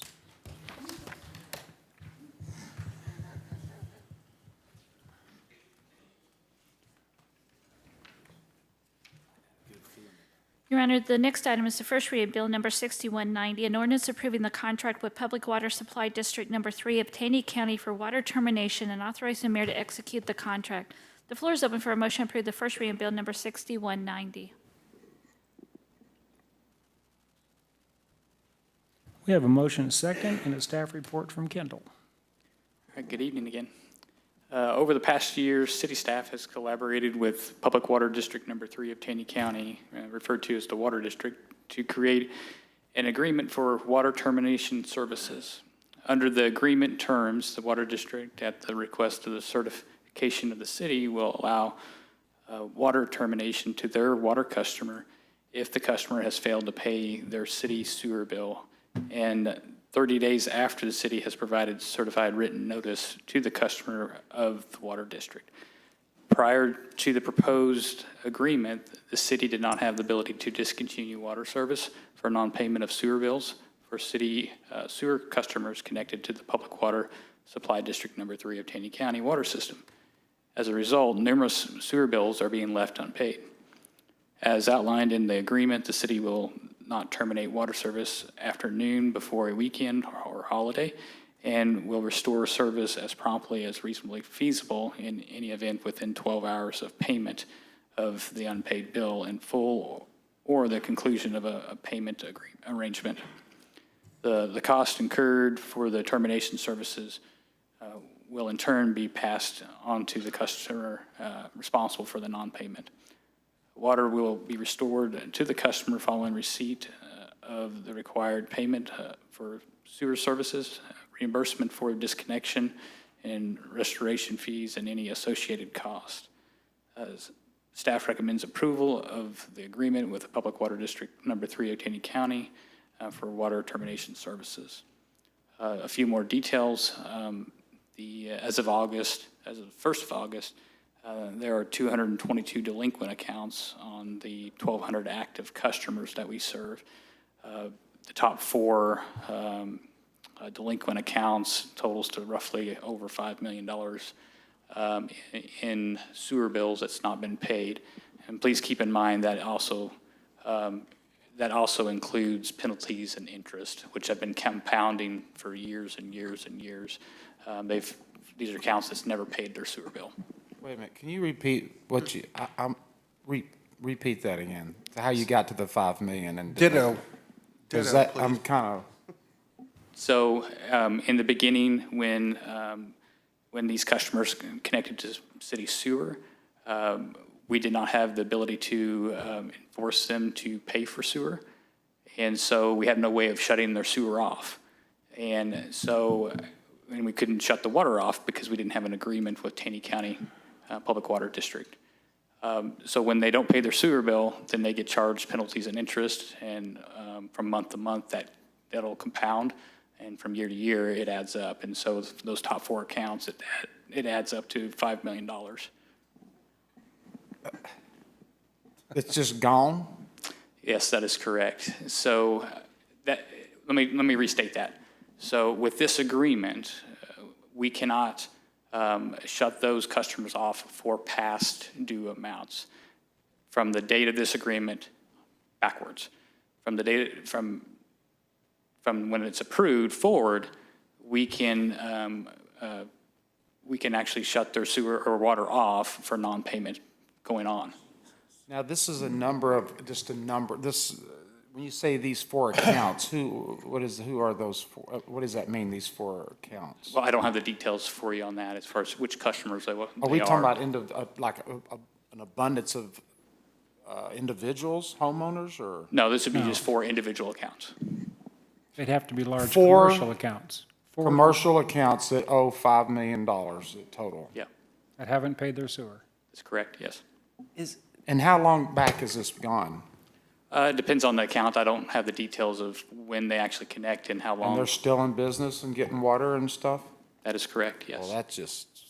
And there's no statewide penalty for that? I mean, there's no way to?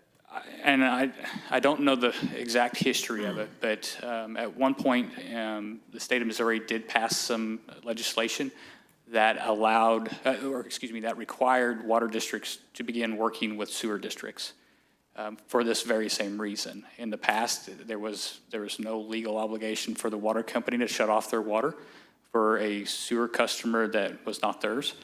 And so at some point in time, they did pass a state legislation that requires that now. That requires the water company to go under agreement with the sewer provider if they agree upon a contract. Kendall, I remember, I think it was through Finance Committee, I believe, that you brought this up, and we actually even budget annually unpaid water for this because of this very issue. Yes, correct. So what it shows up as the fees and penalties show up as a revenue in our accounts. And so every year they have to write that off because we can't obtain it. We can't receive it. And I don't remember the exact number, but it seemed like it was a pretty significant number every year, specifically dealing with the water district customers. I mean, aside from just these large numbers, but every year the amount we're writing off. So I know everybody's giving you a hard time about all the money you need, but this could actually be, I mean, it needs to be fixed anyways, but this could be a potential, bring revenue back into your department by being able to collect on these bills. Yeah, that is correct. It'll help us maintain more consistent revenues from year to year because we're not writing this amount off. We're not having to worry about people paying their sewer bills. Again, we'll be able to have the ability to shut their water off. So you're telling me I just want to get this clear because it's blowing my mind. At my theater, I could have not paid a sewer bill for the last 7, 8 years and y'all wouldn't do nothing about it? Well, you're located on the city water system. So we have the ability to turn our own customers off. But I don't have the ability to turn off Public Water District 3 at this point. Now, we have the ability to request Missouri American customers to be shut off that are on our sewer system. I don't recall when we started those agreements, but it's been some time ago. We started an agreement with them as well. Sorry, go ahead, Clay. So we approve this and that stops as of, is that what we're doing? Yes. Why didn't we talk about this a long time ago? Kendall? He's been working on this for a while. That's crazy. Jim, have you been involved with this agreement? No. No. I know that Water District Number 3 in April of 2021 wrote the city a letter saying that they were willing to sit down and work out an agreement to accomplish what we're talking about. And I raised the question several times because I knew we were leaving money on the table. I'll admit I didn't know it was this amount of money, but I knew the city was leaving money on the table. I'm more than curious of why it took, 14, 16 months to get this done when we're talking this kind of money. I can answer that. Thank you. I'll try to be sensitive to folks that's no longer here. But we did work with the previous attorney on this agreement, as well as the district's attorney as well. So there were several conversations that went back and forth. It kind of got postponed for a while because of just the other workload that was on that particular attorney. So it got postponed because of that reason, but also there was some, trying to be sensitive again, with some finance department people as well. It just didn't get the momentum that it should have at that time. That's very suspicious. With these kinds of dollars, it didn't.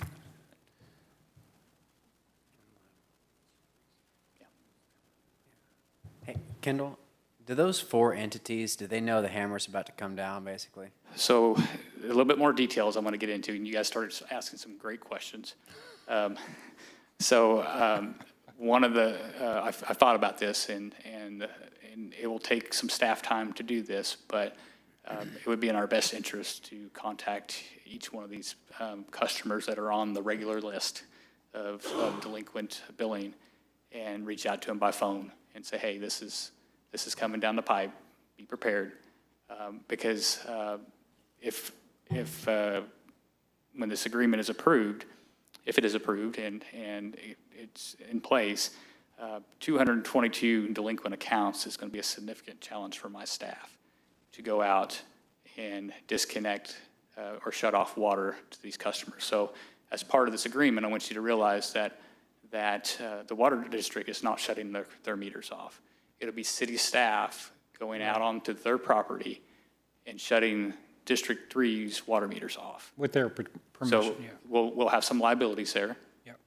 We'll have staff time, staff capacity to be able to handle this. Is it a benefit to us? Yes, but it comes at a cost. The district also has the ability to charge us for I guess, undue expenses, like if they start getting customer complaints and it causes them to have more staff time involved in this. Sure. Then they can come to us and we can agree upon an amount that we would owe them for their time and trouble for working through this. So it's not just a simple, we can shut them off. Yeah. There's some undue cost that's associated with this as well. Let's think about this for a second, Kendall. So the only way we actually would be getting some of that revenue back is if we can't. It'll be right, exactly. That's what I'm saying. The only way is if it enticed them, because we're saying we have this carrot now to shut you off unless you start paying. So are we, I don't know, I guess it's more of an enticement. Let's just think about the fact that now we're going to go and shut all these people off, but that's going to cost us money. It's not like we're going to get money from them, we're just shutting it off. I think if you shut their water off, they're pretty likely going to pay. They're going to pay. Yeah. Yeah. Generally speaking, Water District Number 3, the properties within the city limits of Branson. Water District Number 3 is all properties north of Highway 248. Is that generally correct? Yeah, so Water District 3's boundary is, generally speaking, actually more of Roark Creek. So Roark Creek in north. Roark Creek in north. In north, and then we intertwine in some areas such as Branson North. And then the downtown area, obviously, we serve north of Roark Creek in the downtown area. Yeah. We will still have some customers that are out in the city limits that we could potentially have issues with. These are customers that are on private wells that we serve sewer to. We do not have the ability to shut those customers off. It's their own private well. We just hope that they continue to pay their sewer bill. If they're on a private well, they're not in the city, and they're hooked up to city sewer, why would they pay their sewer? I'm sorry, could you repeat that? I get what you're saying. Property's not in the city limits, it has their own well. Don't give them the road map. What's that? Don't give them the road map. Connected to, well, the cat's out of the bag. I believe there's some other means potentially. We'd have to talk about some legal means. Yeah. And again, the delinquent accounts, the money that's on file, that for past billings that's not been paid. That's something that we'll need to discuss with our city attorney to see if there's other avenues or other means to be able to recoup that. I have to look at this agreement with District 3. I don't think that it prevents us, in my opinion, from going back and recouping those dollars. We just can't shut their water off because of those dollars. Yeah, yeah. Just going forward, we can, but not on the past Yeah. dollars. So 5 million out of the top 4, there's 222 delinquent. Do you have a rough idea of what the total amount of delinquent is? As far as like what would it normally be as far as revenue or? Well, my understanding is the top 4 accounts account for 5 million of back sewer fees, penalties and interest. There's 222 total. What would be the total amount Yeah. in that? If you don't have it handy, that's okay.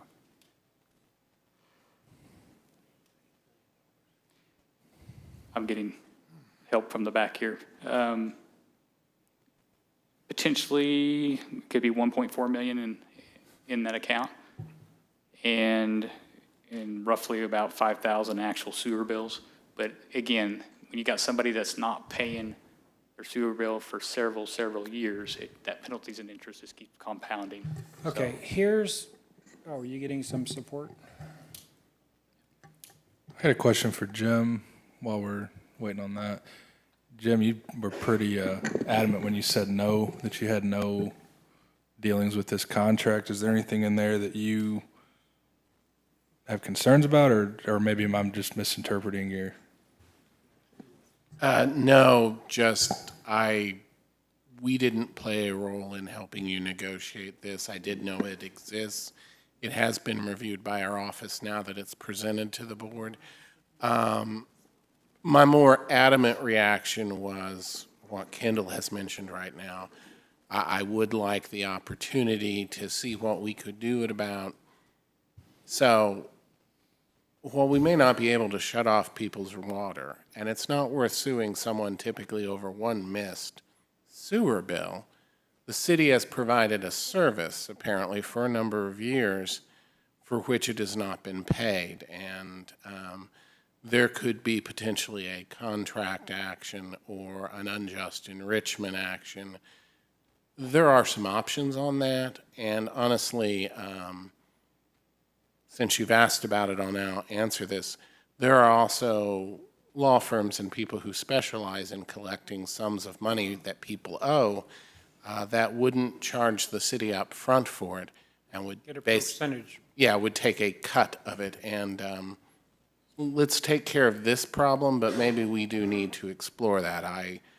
As many of you, I'm shocked at the $5 million number. And there's nothing in here, I know Kendall gave his opinion, but in your opinion, there's nothing that precludes us from going after those balances by entering into this agreement? Correct. We can't shut off their water, but that doesn't say a darn thing about us suing them. So this is an excellent example of why the residents don't trust City Hall.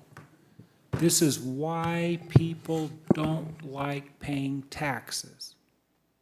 If every resident knew that every dollar they paid in tax took care of the fire, the police, the schools, the roads, the water, the sewer, the ridiculous alderman fees. If the residents, see, and I don't think it's a microcosm of nationwide, right? People don't mind paying taxes. I'm convinced of that. What they don't want is to pay $350 million for a study of some gerbils over in Australia or something, right? So this is a great example of why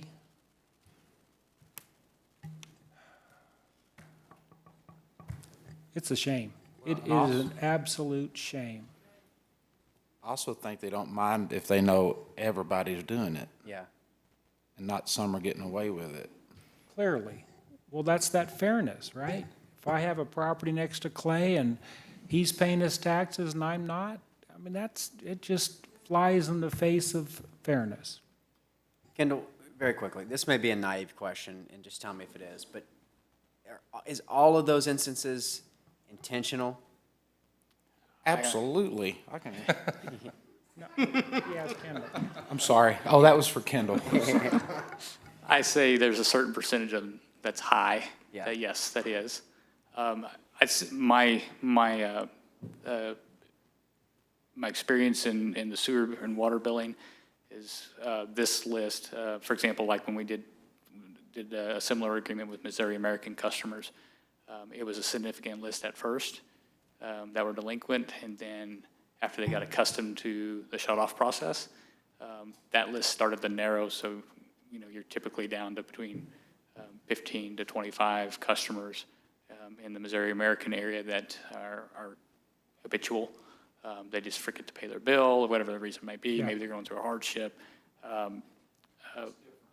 But again, like you said, it's different.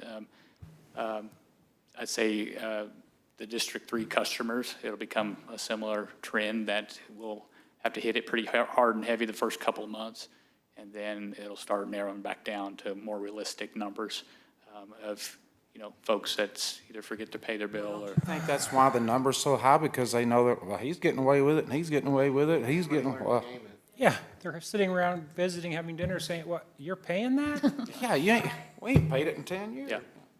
Well, I'm frustrated, and I can't imagine what you must be. Well, it's That's the billing, very- again, speaking passionately about this, I echo the same comments that you guys have rang out is, we want to be fair to all of our customers across the board. We do I think we do a very great job at trying to balance in our water and sewer rates. But if we don't have everybody playing fairly, then it's not fair to everybody else. Yeah. And so it wasn't in our wheelhouse, the billing side of things. It's in another department. We weren't, I could honestly say I wasn't aware of how bad it was until we started diving into this. And again, until I started diving into the budget and bring up the question of the penalties and interest that are getting wrote off every year. It made it challenging for me to do my budget because I had to assess, okay, what is real numbers and what's not real numbers. So. Can I ask something? Did we not know about this, how bad it was until the change, Baker Tilly comes in and we started dissecting, is this when we, No, this was known before Baker and Tilly. the amount and all this? Yeah.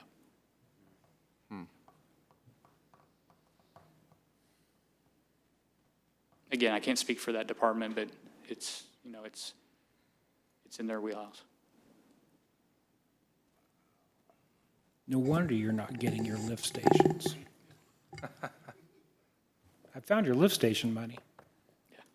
Ken, how long have you been aware of this? It was last year when we started working on this. Okay. Again, once I got into the interim director position, working through the budget process, identifying those penalties and interest and trying to work through the budget numbers just became more prevalent to me. Because you saw there was a write-off number. Yeah. Can I ask, did you have a desire to bring this to the board in months ago?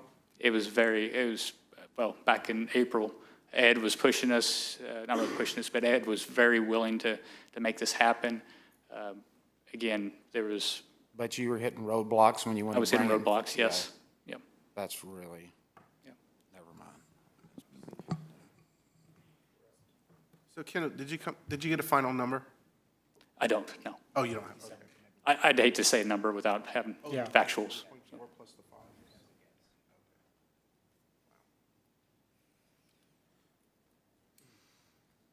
Well, I say we go throw up and then reconvene. Jim. Again, not involved. Well, you're gonna be. Okay, so what? You want to put a stop to it, so let's vote. We vote on this. Somebody executes the contract, right? Yeah, so if you guys approve this, that would be, once it's final, or second read, final approved, then the city representative, which would be you, would sign the document. It would go to District 3, they would sign, they're ready to sign at any moment, so. I recommend a second read. Well, we have to see if the first one passes.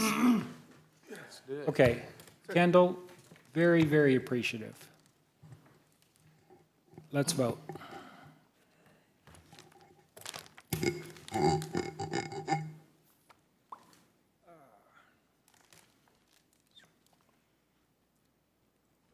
That motion carries 6-0. Lisa, you're okay with a second read on this?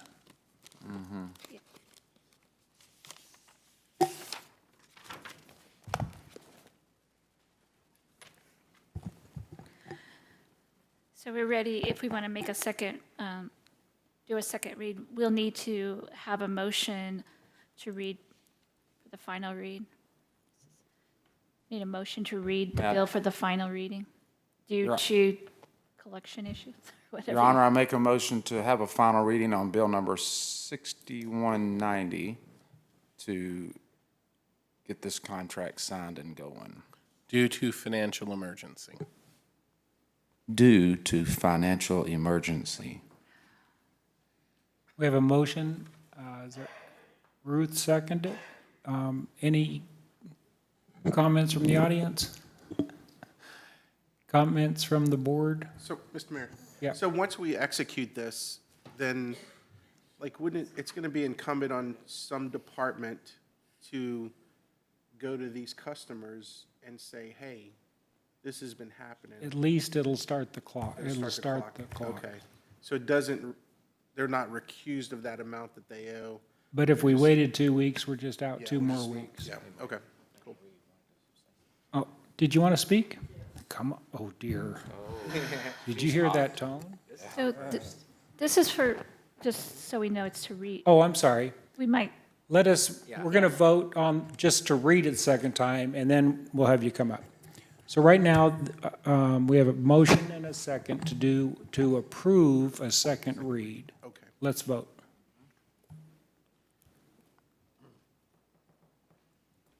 That carries 6-0.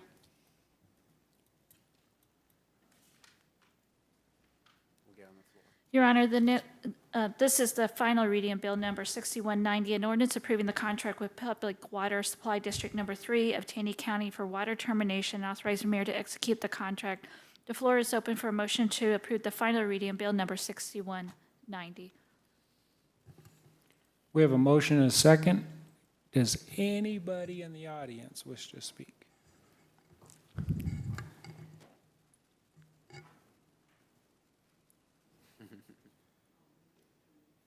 And watch your language.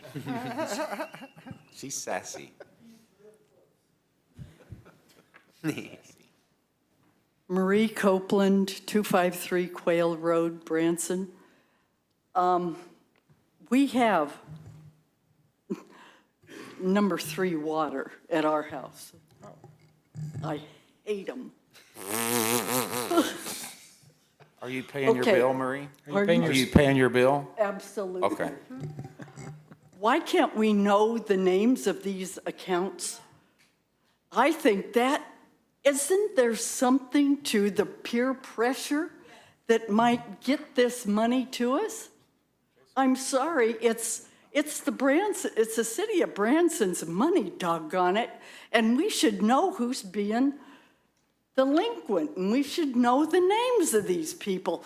Shoot, if we don't pay our bill exactly on the day that it's due, they're out there almost the next day to close it off. And that is not fair to the city of Branson to have to, let's give them some peer pressure, doggone it. Excuse me, I'm done. Jim, is there any reason why we would not want to disclose the name? So ultimately disclose the name? No. Disclosing it tonight at this time, I wouldn't, simply because that might give us some leverage in discussing with them whether they pay or not. And we will need to think about sending a warning letter of what we intend to do once I figure out exactly what we can do. There's a couple statute of limitations issues on how much of the past we can go back and collect. But I do think that is something that we will want to consider on a going forward basis. Obviously, if we sued the individuals, it would be a matter of public record, so their names would be released. But at the moment, I would recommend against doing that because that's some leverage to try to get the money they owe us back. And you're saying that with the full understanding that this board is really into transparency. This board doesn't want to carry the sins of the past. They want to be very open to the public. Well, and we want to verify the list is right, because I would hate to have Kendall say Well, that's a good somebody's point. name and it That's a good turns point. out, that they've paid their bill and this is the meter on the guy next door, Yeah. or whatever the case may Well, be. we can apologize later. But we can, well, then we would have committed No, I'm defamation just against kidding. that person. I'm just kidding. But Okay, so Marie, we're not going to announce it tonight, but I hear what you said. This board heard you. The community heard you.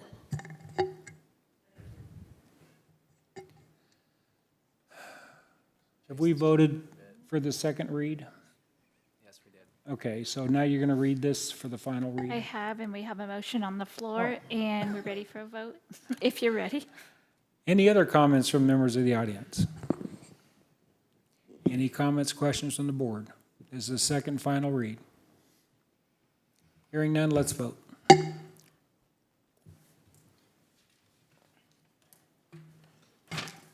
That motion carries 6-0. Thank you. We're just trying to give you a revenue stream. Appreciate that. Kendall, thank you very much. Kendall, is there any questions that we should have asked that we didn't ask? Anything you'd want to share with us that? Too late. No, it's not too late. It's never too late. So just a clarification. The billing cycle is a determining factor in when we start collecting from Oh. ongoing. So Fair enough. the way our program is they receive their monthly sewer bill. They have a period of time to pay that sewer bill. So generally, they're not getting a delinquent notice until like 30, Sure. 60 days, and then we can shut their water off. So there's a process that we have to go through. We actually have to do a certified written notice. So the finance department will have to do certified mail to these folks, 30 days after they haven't paid their sewer bill. Sure. And in order to follow the processes of this agreement. So there's some processes that has to take place, and so we have some time to do some due diligence ahead of time and reach out to these customers and say, hey, this is something new coming down. We have the ability to shut your water off now. You're on the list for Yeah. extended period of time. That kind And of like thing. you said, it'll be a similar experience to the American Water water. customers. Yeah. Yeah. Thank you very much, Kendall.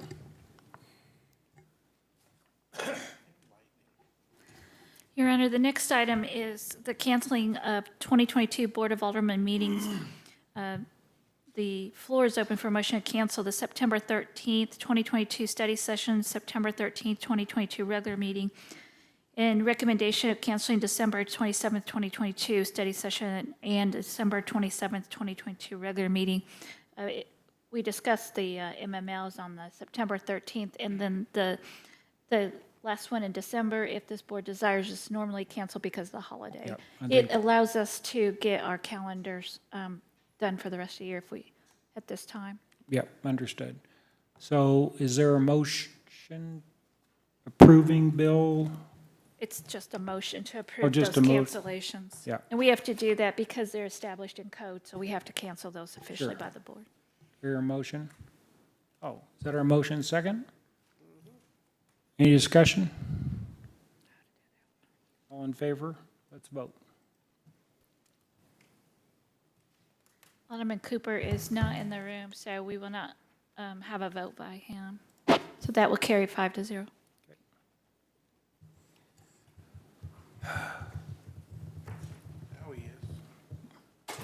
We didn't wait for you. We canceled some Alderman meetings. Cancel Christmas. Cancel Christmas. Ozark Mountain Christmas? I'm good with cancellation. Jason, did you get a quote on that? Yeah. Marshall canceled Christmas.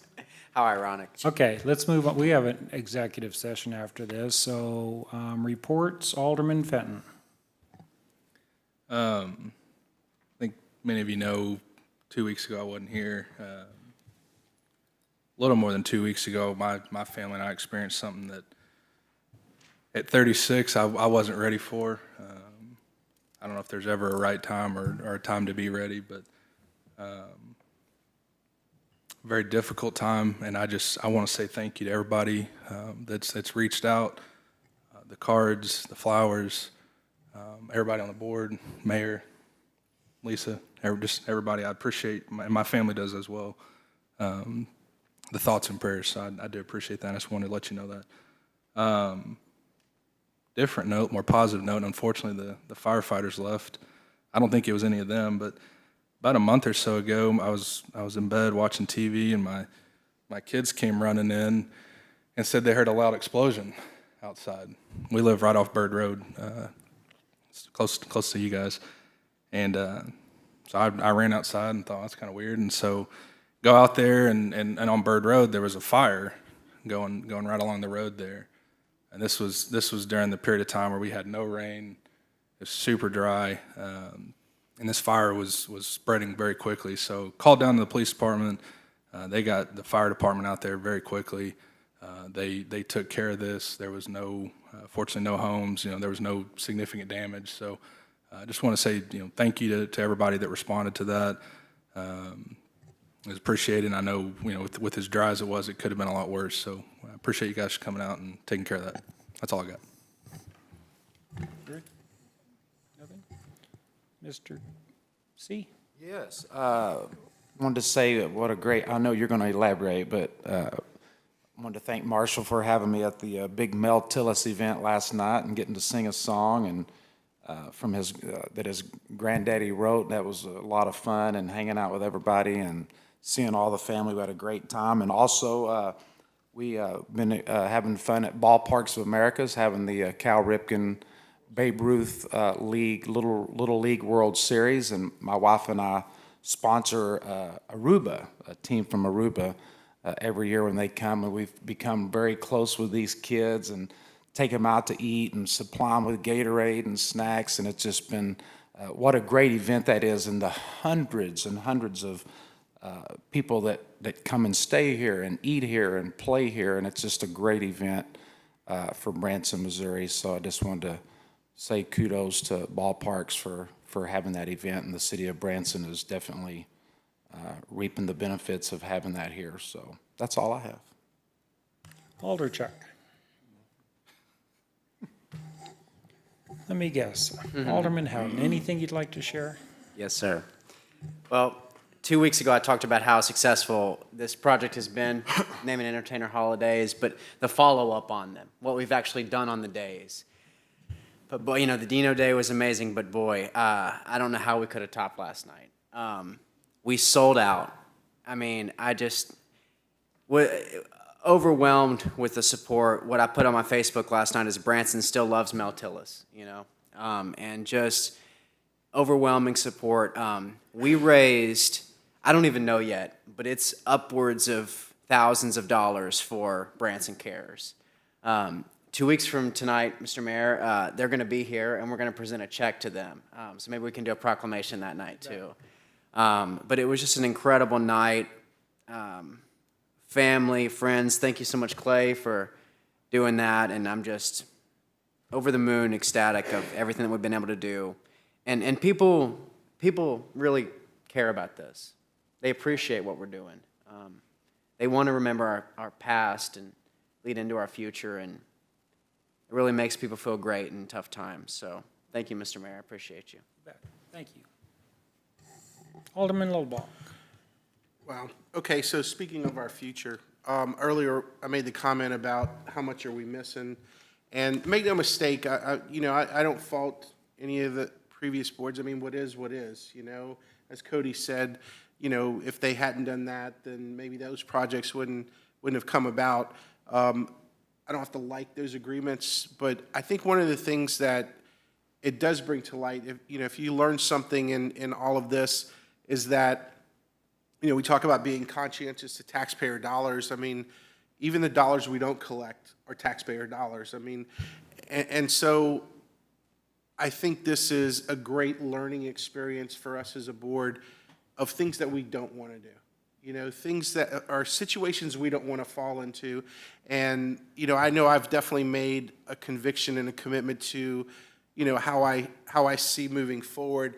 I'm still open to the ideas of collaborative work with developers and things like that, but we have to be great stewards of this community. And I ran on community communication and compassion when I ran for this position, and I did those three things because it does everything. It fulfills every obligation that we as a community have, us as staff at City Hall have, me as a business owner in this community.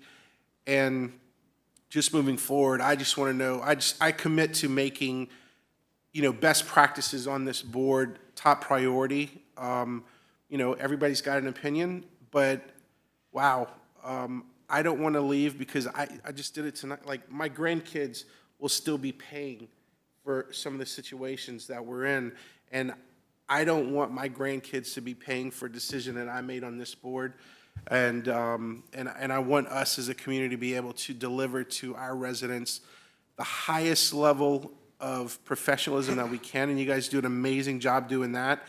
And to think, boy, that $5 million, Kendall, would come in handy for that lift station and that pump, right? Wow, we just need to pay attention.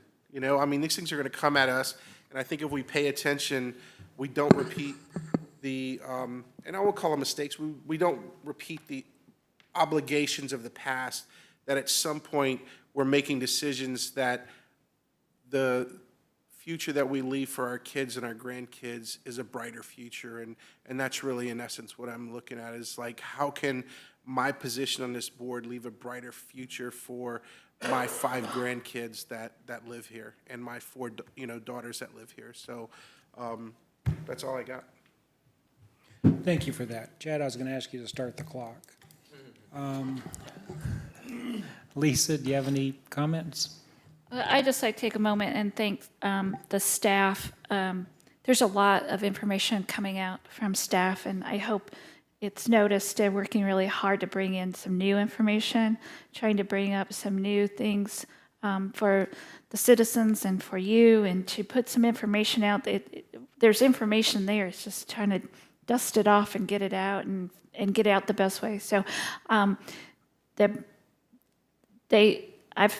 asked them for some things pretty fast, and so I thank them for stepping up and helping, and it's a great team. So that, as you said, everybody working, these crews that work night, and everybody, it's very appreciative, and I'm proud to be part of that team with them. So thank you.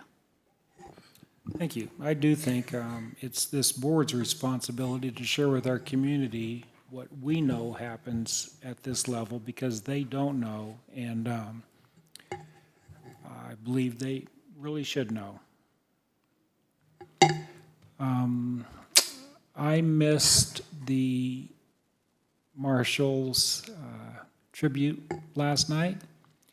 It was about 10 to 7. I had my fancy pants on and dress shirt and shoes, and at that point it was just hailing. So I text Marshall and I said, Marshall, I'm still coming, but I'm going to be a few minutes late. Marshall calls me. He says, Mayor, this thing started at 5. It's over. It's better than you getting there and having to turn you away because we were sold out. That's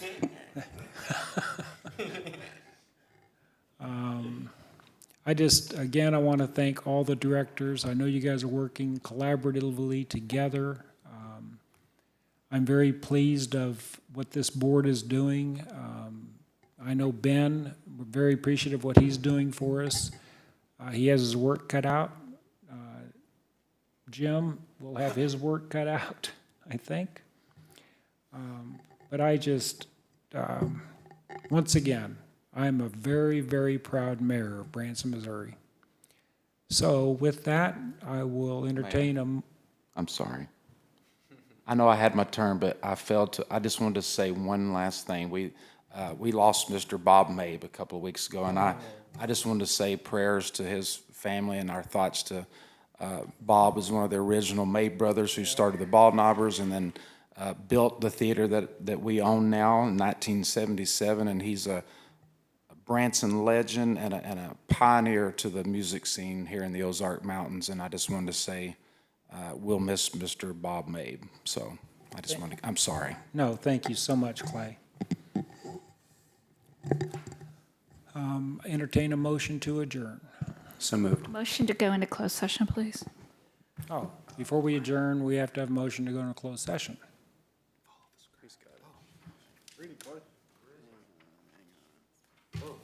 Gosh. Mr. Mayor. There you go. I move to go into closed executive session pursuant to 610.21.1 RSMO for litigation. We have a motion and a second. No comments. Let's vote.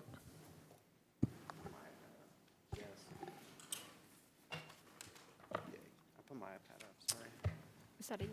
Yes. I got it. That motion carries 6-0. I will now entertain a motion to adjourn. So move. Second. All in favor, say aye. Bye. Oh, aye. Thank you very much, everybody.